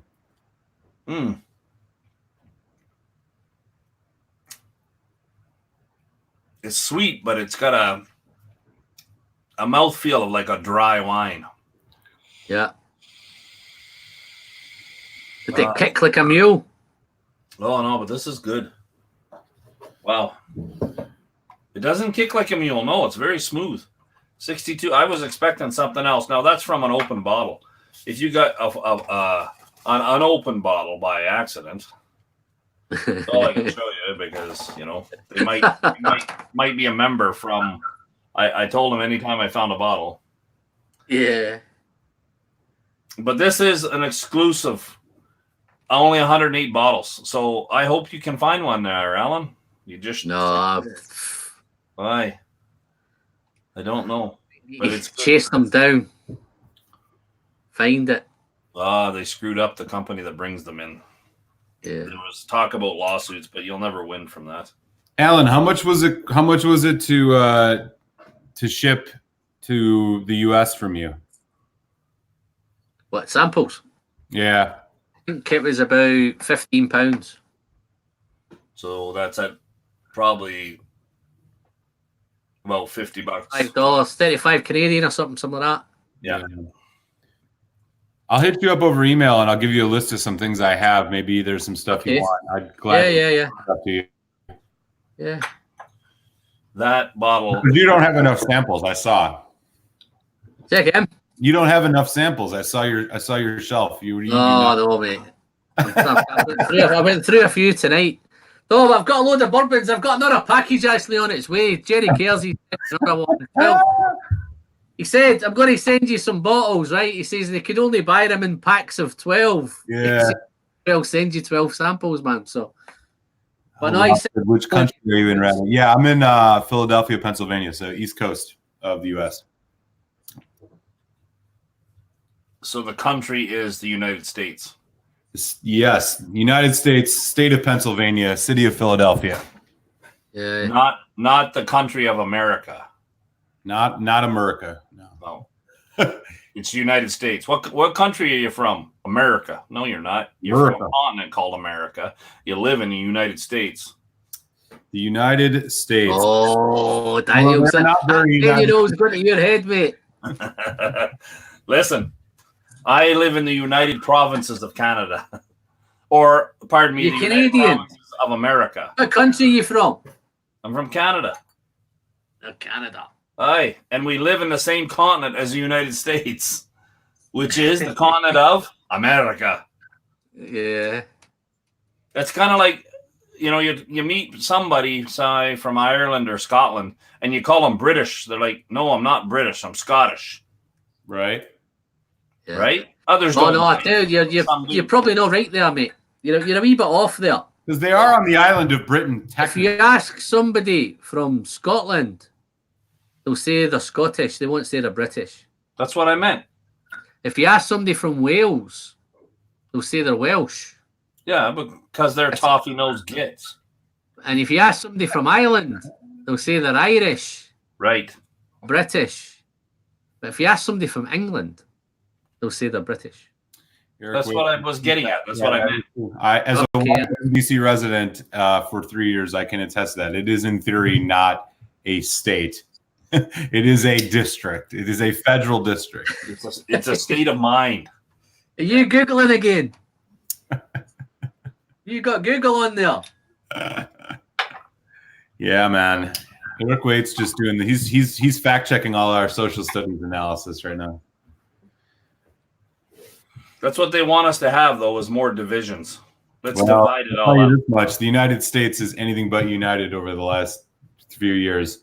Well, it's been that way for a while, but it's increasing at a rapid pace, the division. But that's what they want, man. Listen, the ones that want to be in control, they understand the statement we do, and they use it in all our militaries, but they understand it. Divide and conquer. Sure, man. Absolutely. That's what they do. Divide and conquer. Absolutely. Ben Hunter, giggles are a great time. Always weird to know we have two people who live in countries that still have a queen. But wait, Berkeley, California is actually a subdivision of the former USSR. It's the People's Republic of Berkeley, right? Yep. You know we're talking about everything else but whiskey, man. Yeah, but that's what you do. This is what a real V pub would be, right? Yeah. You go there and enjoy the whiskey, and then the whiskey loosens you up a little bit. You start talking about everybody in here can research everything we tell them about whiskey. Absolutely. Right? Other than a bottle that we actually have, like what I'm drinking right now, right? Yeah. This is okay, so no one can get it. And a lot of guys that review whiskey is like, oh, I only want to review whiskey that people can get. Well, sometimes people just want to talk about it, and they can, who knows? I don't know. I have a different. Absolutely. I mean, other guys are like, oh, I won't review samples. Why? Sure, you can't give any different a review of a sample as you can of an actual full bottle. Let's be honest, because it is just your opinion. You are an opinionator. I don't care if you sell a book called the Whiskey Bible. It is just your opinion. Real talk. Yeah. That's the whole point, man. And I totally agree with you on the samples thing. Like anybody who takes himself that seriously that they think that they can't do a review sample, I'm suspicious inherently. No, I review the samples, but what was fine, I thought I was reviewing too many of them. because but Alan, there are some folks who believe and feel like you can't do a review of a whiskey based on the sample because the bottle, like I mean, all they have to do is be honest. Say, listen, this is a sample. I don't know how long the bottle was open, and I don't know this and that, but it still will give me. A lot of times, you could open this bottle brand new and not like it, and then come back and do a review 3 months later and say this stuff is phenomenal. So a sample, you just have to be transparent and objective. My whiskey of the year last year came from a sample that I got. It was this one here. I actually went out and bought it. That one there, that was my whiskey of the year last year. I just bought a bottle of that. Did you get it? I just got a bottle of that. You know what? I'll tell you this. It looks amazing. I was a little suspicious. I was a little hesitant when I saw it was only 43% ABV, but I'm still like, nah, I can't turn that down. A 21-year-old ball player. Oh yeah. Yeah. And that was awesome. That was one of the best ones I had last year, and it came from a sample. Yeah, man. I mean, I don't understand why anybody thinks they can't review a sample, but some folks feel that way. I don't know. Erik Wait mentioned a guy named Check Out Ear Whiskey. He drinks whiskey but talks about everything, music, movies, etc. That's it, man. Yeah. Matthias. See, that's what I was thinking. He does long streams as well. 5-6 hours, man. He used to do reviews, but then he changed it to a podcast. He just sits there now and just talks away. That might be. Anybody can come in. Yeah. That's all right. Cruisin's in the house. What's up, Santa Cruisin? Yeah, he's been here. Apparently, he just came back and saw that I got my lighting the right way. 700 mils is the real bottle. 700 mils, not a real sample. Yeah. Next week, I'm reviewing this. My next review, in 2 weeks, is going to be the Jack Daniel's Old Number 7, and I have 100 mils of it here. And you need to compare that to one that's in a glass bottle. This is glass. Oh, is it? Yeah, surprisingly, I couldn't believe it. Oh, it's actually glass. It still tastes like no. Did you get that at the airport? No, man. Somebody gave it to me. It was like they asked me if I would do a review of it, so I had a dram of it today. I'll have a couple more sips and take some notes. You should be able to get lots of that stuff. I'm usually at the guy will buy a 6-pack, and then when he's buying, there's a point of purchase rack where you get lots of little bottles. Yeah, there's Jack Daniel's is really easy to find here in the United States, no doubt. It is. I had a glass of it earlier today. It's the first glass of it I've had in probably 10 years, and I'm going to review it once I'm ready. Once I've had enough of it, I'll review it. But I'm not super impressed so far. Jack Daniels? Oh, I like Jack Daniels, but I used to drink it in Coke before I got into whiskey. Yeah. Erik. Yeah. Look. Oh man, see, that's amazing. Hey, dude, Jack Daniels makes some good stuff. Where did you get that? Look. Oh, that's sweet. Where did you end up getting that? This is why my trip's planned to America. You're in for a real treat when you go to the Jack. Are you going to visit Jack Daniels? Jack Daniels, yeah. You're in for a real treat when you get there. Personalized bottle. Got a nice personalized bottle from him as well, with my name and all that. The whiskey friend. That's cool. So, they make been invited. Stuff, no doubt. But let me tell you. That's something I'm hoping to try and do. I'm going to try and do maybe some interviews, but I think I've got Steve Arnett maybe planned to do, and that's so cool. Arrow guy. So hopefully everything goes to plan, and I'm hoping to get a hold of those two guys. Yeah, man, that'd be amazing. If you go to Jack Daniel's Distillery, you're in for a real treat if you go to Jack Daniel's Distillery because you can't drink Jack Daniel's there. Yeah, no. It's a dry county. Yeah. No. It's wild. Yeah. Yeah. A billion liters a year they produce, and you can't buy any. Oh. I actually have a 1981. It's called like the gold release bottle from Jack Daniel's that I bought at the distillery. It's I'll open it someday. I was born in 1981, so I'm keeping it for a special occasion, but it's supposed to be pretty decent. And they also do a really good barrel proof. Their single barrel proof Jack Daniels is supposed to be phenomenal. I've never had it, but I got a sample last year of the Heritage barrel. Oh yeah, that too is like choice. That was wicked. Yeah, Jack Daniels Heritage is great stuff. Yeah. Yeah. My open bottle of Jack. Oh, I think Santa Cruz's going to have a sip of some Heritage barrel. Santa Cruz's got some great stuff. Santa Cruzin has got stuff we wish we had. Yeah. I don't think Santa Cruzin sent me anything yet. I don't know. I'm sure he's not sent me nothing yet, man. Anything you got for him, I'll pick up. I'll come down to California and pick up for you, okay? And I'm going to go over to his winter house in England, owned by the guy with a Scottish accent. Oh, my God. What's your wife going to serve for breakfast in the morning? Oh, I don't know, mate. I think I might be up before her. You better be at work.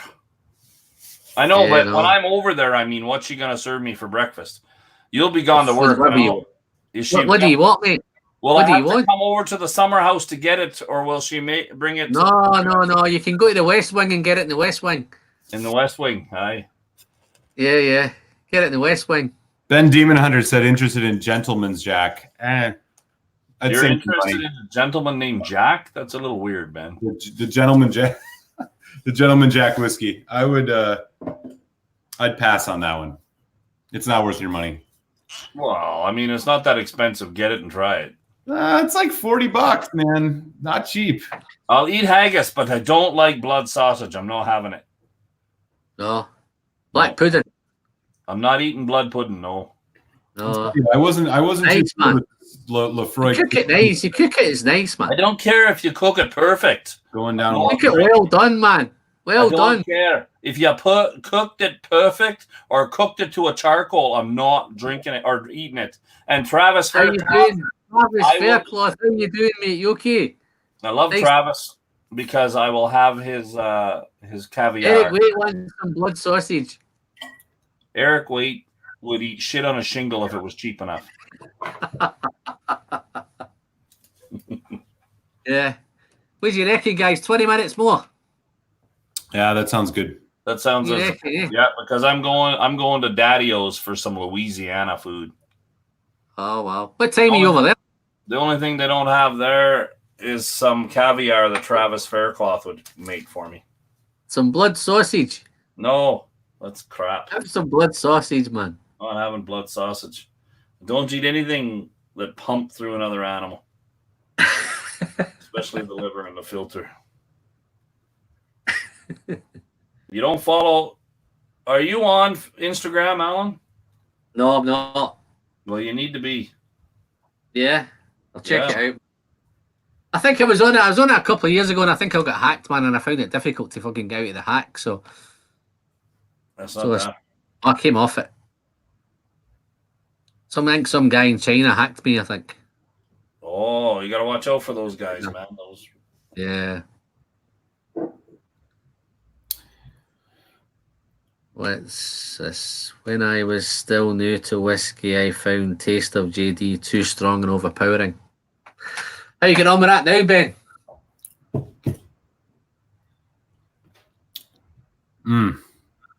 I'll tell you, this Lefroy 16 is tasting better than it did when I initially poo-pooed it, but I don't know. It's not worth $100, but it's not bad. It just doesn't have the complexity. Like, have either of you had the Lefroy 18? Yeah. Lefroy 18? Yeah. What year? I mean, any of them, honestly. He's like, let me go back into the card catalog. Look. He's got 15 different 18-year-olds. Yeah. I mean, the Lefroy 18 is the... Oh, nice purchase. Yeah, that's a good one. The Lefroy 18 had just a lot of complexity. This is just, that's the one. It's 2 years younger, and you're thinking like, come on, it's a 16-year-old Lefroy. It's just overpowered by that first fill bourbon. Like, you just don't get the complex notes that you'd want. It's not bad whiskey, but it's not great. It's just not good. I'm sure those Lefroy 18s have got some 25-year-old, some 20-year-old stuff in it, and some 25-year-old. 28-year-old Lefroy behind me, which is great. I have a 28. The 25 is the one I opened, which is great. I haven't opened the 28 yet, but yeah, I have a 28, which I'll open one of these days. Eric, you should do a live Rob stream thing with canned haggis, and Alan can join you with some canned spotted dick. Wow. Canned haggis. How about a canned cheesesteak? I'm in Philly. That's it. You should invent that. There you Yeah. go. Haggis season now, anyway, innit? Next week's haggis season, man. Hey. There's a haggis season? Oh, Lord. Well, everybody will be on it next week. It's Bonds night, innit? So everybody will be on haggis, man. I just had our whiskey festival on Wednesday, and they had haggis sausage on a stick. Yeah. Haggis sausage on a stick. Yeah. Did you have some? Now, have you ever had spotted dick on a stick?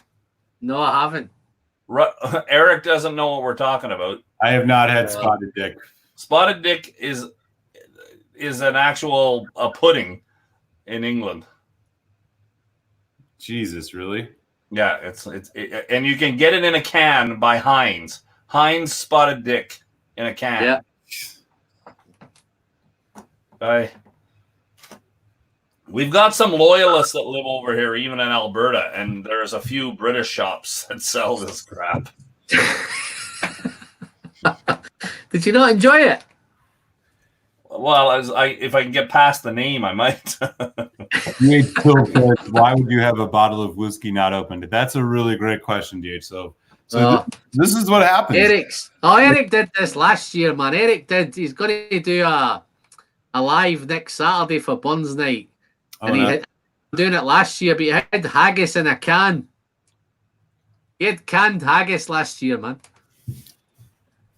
Honestly, so what happens is like you end up buying more than you can possibly drink, and I got a stupid deal on this Lefroy 28, and so I've just not got around to it. It's on the list of things I'm going to drink soon, but I just don't want to open too many things because like I'll lose track of what I have open, and then I mean, Alan, how many of your bottles do you have open right now? About 40. Yeah, I'm in like 30. And like I can't keep track of half of it, and it's like the more I open, and I got more stuff. Well, that's why if I was in a bigger community, then it would be much easier to open. That's why I did more samples. Yeah, because I was doing 2 reviews a week. So for me, open a bottle of whiskey just to review it. Yeah, and have a few samples of it. Then I was opening up lots and lots and lots of bottles that were just going to lie around for however long. Do you gas your? Do you gas your whiskey at all, Alan? I don't gas it, mate. No. Yeah. And don't bother gassing it. Just put it in a smaller bottle. Yeah, you can do that too. I probably have about 100 open now, but I just take 2 or 3 bottles over to a buddy's shop and share it with all these guys that are totally non-whiskey guys. They're totally opposite to us and everybody in the chat. Yeah. That's what I was finding my minds. I was opening them, reviewing them, and then that was the ones that when I'm sending out loads of samples, that's what I was sending out. Yeah. Half of the bottles, I'd probably drink it. If I forget about which ones I have open, it ends up just... Yeah, well, I'd probably drink half of it and then just pour the rest into little bottles and send them out. Yeah, that's exactly the point. Right, exactly. When I went to that Glasgow gathering last year in May, when the dummies and that came over, I must have took 100 samples to that event, man. Just gave them out everywhere. I am now getting peat, and this is a peated Benriach. Wow. But it's so subtle. And I swear I get some sherry, but it's all a bourbon barrel. Oh. Well, Ben Roemer's famous for its sherry. Benriach. Yeah. Well, this is stuff sherried. Yeah. I think I could sit with this one for a while. Wow. I am glad I tried that sample. See? Yeah, man. What do you do with your samples, Al? What do you do with the samples? You drink them with friends. Absolutely. Well, that's what I'm doing now. Drinking samples with friends. It's very rarely that I have time to get to them. So there's that many that... I'm glad that you call me a friend, And I'm glad Rabbit You're definitely around because he was kind of definitely a friend, guys. When I first met him with his hoodie up and in the dark. Who was that? Erik. Rabbit. Yes, Yeah. the first time was on a Food Quig thing, and I'm like, Food Quig? Who's this weirdo? Had his hoodie up, you couldn't see nothing. You're like, where the hell is this guy from? There was other issues, other reasons why I would be like that. I'm like, wait a minute, something back then. Quig had a few weirdos following him, and I think they got tired, and some of us started to step in and do a few things. So Yeah. I think the first time I came across you, Daniel, was with you and Swami. I think. Oh yes, that can get a little out of hand. You take the piss at each other, don't you, man? Yeah, we do. Yeah. I think you kept getting on about your hair. No, there's none of that because some of the. He argues with me and the same thing. Some of it's silly fun, and then some of it's I'm like Quig or Swami or use your head for more than a hat rack. But so how many bottles do you have total throttle? Do you have all your bottles open, or do you keep some of them? Dude, if I had all my bottles open, I would be a fire hazard. Listen, even when your bottle's closed, Daniel, you're still a fire hazard. Oh yeah, well, don't tell that to the fire marshal. Jeez. Yeah, do you know I heard an interesting fact, guys. You're not allowed to keep more than 20 bottles in Germany. Really? Well, I know fire regulations don't allow you to keep more than 20 bottles in Germany, man. Them Germans, eh? Yeah. I like a little foil seal doesn't do anything against fire. Yeah, you're right. Those 12-year-old fans of Quig. Yes, that is yes. So what people don't realize is that Food Quig, the word Food Quig, is where he started, and it was because he was reviewing food. He had a food channel, didn't he? Yes, and it was he's been doing this for over 10 years. Yeah. So with the popularity of dining foods on the Quig channel increasing, I thought, blah, blah, blah. That's him. He got into whiskey. But there is an actual term for Food Quig. But because of him being hit, like if we type in now, down at the bottom, you'll get Food Quig wife. Food Quig wife leaves. I've never typed that in before. And that's because somebody posted it on Reddit. Right? Yeah. And it doesn't even tell the true story. She never moved out, by the way. Yeah. He moved out. That night when he was driving taxi, he saw a for rent sign and wrote down the number and called the next day, and he's the one that moved. Yeah. The video is it's amazing how many. Oh, but that video was on for about 4 years. Yeah, it's an old video, 4 or 5 years. 4 years. Yeah. And then all of a sudden it went on Reddit and it just went viral overnight. Yeah, and that's how it works, right? And he went, if I remember the time, I think because I was watching Quig at the time, and he had about 1,100 subscribers or something after like 13 years, man. Yeah, I think he had less than that. 13 years. He's up. He went over 9,000, man, overnight. Yeah, that's how it works. Yeah. One silly thing or one thing posted. Like you and I, none of us can go on under the Reddit rules. You can't go on and start promoting yourself. You can go on there, but if you promote your channel, you get kicked off. I don't know anything about Reddit. I've just know that part of it, right? But somebody else posted it on there, and it was like, man, gone. Yeah. Rob Quamsey says 45-ish bottles seem to be about the perfect number to have open. That's about what I have open. Yeah, and I have probably somewhere between 45 and 100, I'd say. But a lot of them now I've been taken over to a buddy's shop and sharing. And that buddy's phenomenal. He's the one that bought me that 1989 Glenallachie. Yeah. Which is up here. It's a $600 bottle. 29-year-old. What's your theory on why you keep so many bottles not opened? I'm too busy to drink. Yeah. And I'm not that kind of a drinker. I'm not, I don't actually like getting drunk. It's not about being pissed, right? It's about, I like the science and I like the fact that every single bottle you open is different. One of my favorite Ralphie videos is where and it's an old one, where he is opening up a bottle of Jack Daniel's Red Label that I forget now if it was 25-year-old release or 30-year-old or whatever. Somebody had found in the back of their deceased grandfather's closet when they were cleaning out his estate. Wow. And he took it and compared it to a brand new bottle. And the bottom thing is that all of the bottles are all whiskey from I don't think he uses these exact words, but all whiskey is rare. Even that little tiny thing of Jack Daniels you have. Yeah. Right?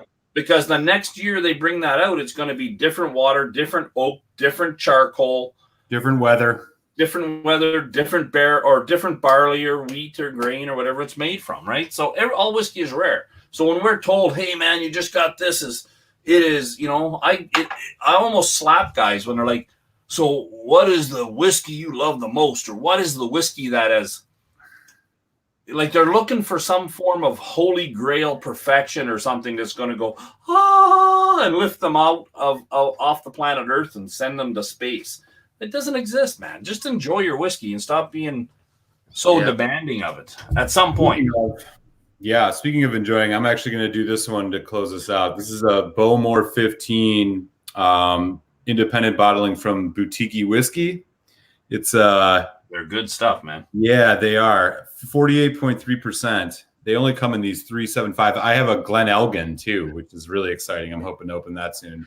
I think we have some bigger ones, bigger sizes up here of that. Not of that one. The Boutique stuff. That's awesome.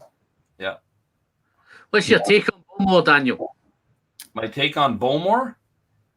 I like Bowmore. I have some bottles. Matter of fact, I got very, very fortunate and got another, just randomly found it on the shelf of where I go all the time, a Lamrig, like the original. And the guy there's like, what the hell's that doing on the shelf? I'm like, I don't know, but it's in my hand now.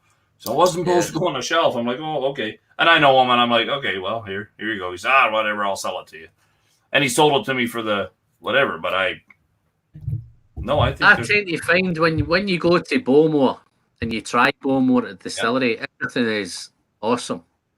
But then when you come to buy the distillery, when you come to buy the original bottles from Bowmore, I always find them disappointing. Yeah, that's what I've always heard. I mean, like independent bottles. I love independent bottles. I mean, take a look at what this looks like compared to what a Bowmore 15 looks like at the store. I mean, that's lift it up higher because all we see is your label. Yeah. I mean, that's what it looks like. It's a little cloudy. What's going on there? That's right. It's totally unchill filtered and it's totally natural color, which is like. But that's Bowmore don't do that. Bowmore. I think that was your thumbprint, so I couldn't see the whiskey. I put a little bit of water in it, but yeah, as you can see, it's like, man, I was surprised to see a Bowmore like this because they just look like they have so much coloring in them. Which but if I was ever going to buy another Bowmore, it would be independent bottles. Yeah, I'm not so convinced that the color impacts the flavor much, but it sure looks tacky. You know, like why not just present it naturally? I know, like chill filtering. This is definitely unchill filtered, which is nice. Yeah. Well, I'm a big fan of independent bottles, and that goes partially with exactly what you said there, Alan, is because you will actually get to see things that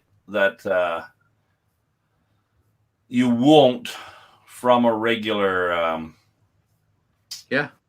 release, and that's not the distillery's fault. If you go and you've been to distilleries. Yeah. You will not get. I have a whole bunch of SMWS, and I bought almost every Glenfarclas that we've ever had released. It's not very much, but they're nothing like the regular Glenfarclas. And I mean, that's fine. I mean, a lot of people like their regular stuff, and so do I. I don't find Glenfarclas as compromising for certain things. Have you ever tried a Glenfarclas that's peated? No. No, and you won't. Nope. Because George S. Grant, right to my face, told me, he says, no, why would I peat something? Like, that's not us, and he's not going to peat it just to get you to buy it. You know? I respect that. But the independent bottling. Glenfiddich do a peated. I found There Look what are. happened. I hold it closer and put it in the center wrong way or over my face. Glenfarclas, 07 distillery exclusive. Nice. Aye. Glenfarclas is also really reasonably priced, which is something I love about them. I got their 25-year for like $130. I'm like, for a 25-year-old Scotch, are you kidding me? I mean, it's not the most complex, mind-blowing Scotch in the world, but what a great price. I don't even really want to finish a bottle. De Silva doesn't want to finish it. He just wants to taste what it's like and say goodbye to it. Well, that happens. You can get into groups that actually bottle share, right? Always Glenfarclas as well are hotter. Even at 43%, it tastes hotter than 43. Sure. Like a 7-year-old Glenfarclas is, or the 15-year-old at 40, what is it, 46 or 47? That's 46. One of their better.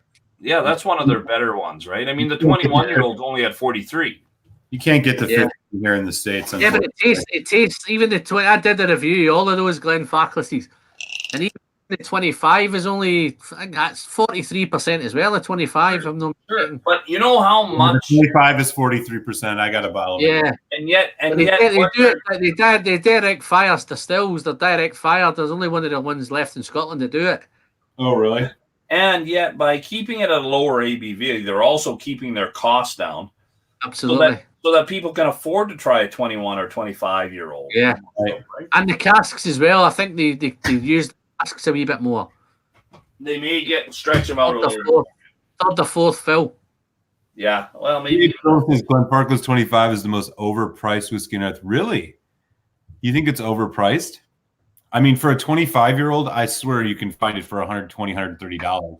I bought it here. When I bought mine, it was £99 when I bought mine. It's not a great whiskey, but for a 25-year-old, definitely overpriced. De Silva's more than welcome to have that opinion. It's not his fault. It's his opinion is wrong. No, I'm not. Listen, I never said it made me leave the earth. I just overall, you got to pay attention to what we're getting, right? Oh, he says it's worth $25 or $20. A cask strength would be great, but they have. I mean, you get cask strength 22.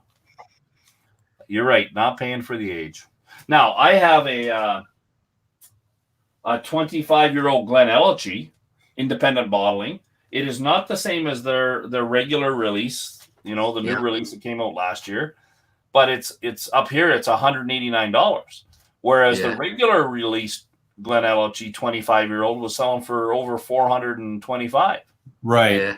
But I mean, Farkless is known. I mean, like a lot of folks have high opinions about them in terms of their quality, and so like to see their stuff at the prices you get it at is usually, it gives you the idea that like you're getting something at a really good price. But I tend to sort of agree with DH Silva on the point that it's not a great 25-year-old. No, but I think the whole Glenfarclas, I think the experience is great. It's family owned. It's always been in the family the last direct fire still 100 years. It's a great day. They do a great tour. They do a great everything. I think it's more that and the whiskey is reasonably priced. So I'm lost though. Silva, did you misprint something? The regular 25 is horrible. Then you say Glenfarclas 25 is worth $20, and then I'm not paying for the age, and then you go the 25 is really good, definitely worth $150, $200. But the bottle clearly uses better barrel. I'm lost. Cask strength 25. Sorry, now I'm reading. Who wants Glenfarclas with their 300 used barrels? Well, it depends on how the barrels. Yeah. Right. Okay. Got a mixed opinion on Glenfarclas then. No, I actually kind of caught up and I read the stuff. Yeah, cask strength changes a lot of things. So it's the same as when I get upset about the fact that down in the U.S., you can get a Balvenie or a Macallan's 3% more ABV than us. And that's controlled by the wonderful province of Ontario because they actually have more buying power than everybody else in the world, really. And they will tell them, hey, we'll buy your Macallan's, but we want it this price point. So they put in more water and bring it down to 40. That U.S. release at 43 is better, in my opinion, right? Yeah, no, they do the same way. I think most bottles in America are 43. Old Pulteney was 43. I think they've just changed that now back to 40. It's 43. They had a lot of them. I think we had a lot. Everything we got at 40. I think the Americans got it at 43. Yeah, like Lefroy 10. Lefroy 10 is 43 here. Yeah. See, the Floyd 10 here is 40% ABV. There's quite a few like that. Yeah. Get it higher for the higher proof, and you get the bigger bottles as well. You get the 750 bottles, don't you? Yeah. For 700. They get 2 ounces more than you and higher ABV. Yeah. But you know why? Because Americans won't put up with that shit. If I buy a BMW in Canada, it's going to be 10 or 20 grand more and have a lower warranty. You buy it in the States and it's going to have a higher warranty and be cheaper. Yeah. And that's the simple answer you would get from somebody that has any idea about what's going on, is because an American won't put up with that crap. You want to sell me a high-end car, but give me a Toyota warranty? Come on. Yeah. And that's what you got to be. You say, no, not buying it. Just like it was said earlier by Erik Wait. If you don't like the price of it, don't buy it. Yes. And if everybody doesn't buy it, it doesn't matter if it's gas. If everybody stopped buying gas, even for a day or two, they'd be like, whoa, what's going on? Right? Yeah. It's cheaper to buy a BMW in Germany and ship it back to the U.S. than buy it in the U.S. That may be true. Yeah. Anyway, Right, guys, I think I've had enough. I think that's 4 hours now, so Yeah. I think I'm going to call it a night. Cheers, buddy. Really, thanks for coming in, guys. Love it. Thank you very much. You bet. Thanks. Good care. Maybe catch it in the replay, but I don't want to think you're going to come back and catch 4 hours in the replay. So, well, you can save your video and edit it and have one where you're doing a live with your friends and so forth, and just leave the embarrassing part off. Just leave the thing out. Yeah, do the live tasting out. Yeah, might just do that. Yeah. Well, no, it's been a pleasure, guys. I think I might do this maybe on a regular meal on a Sunday night. That seems to be a good night for me to do it. So I might do some. It'd be fun. It's been a pleasure, guys. Thanks very much. Take care, everybody. Take care. Cheers, guys. Bye, everyone.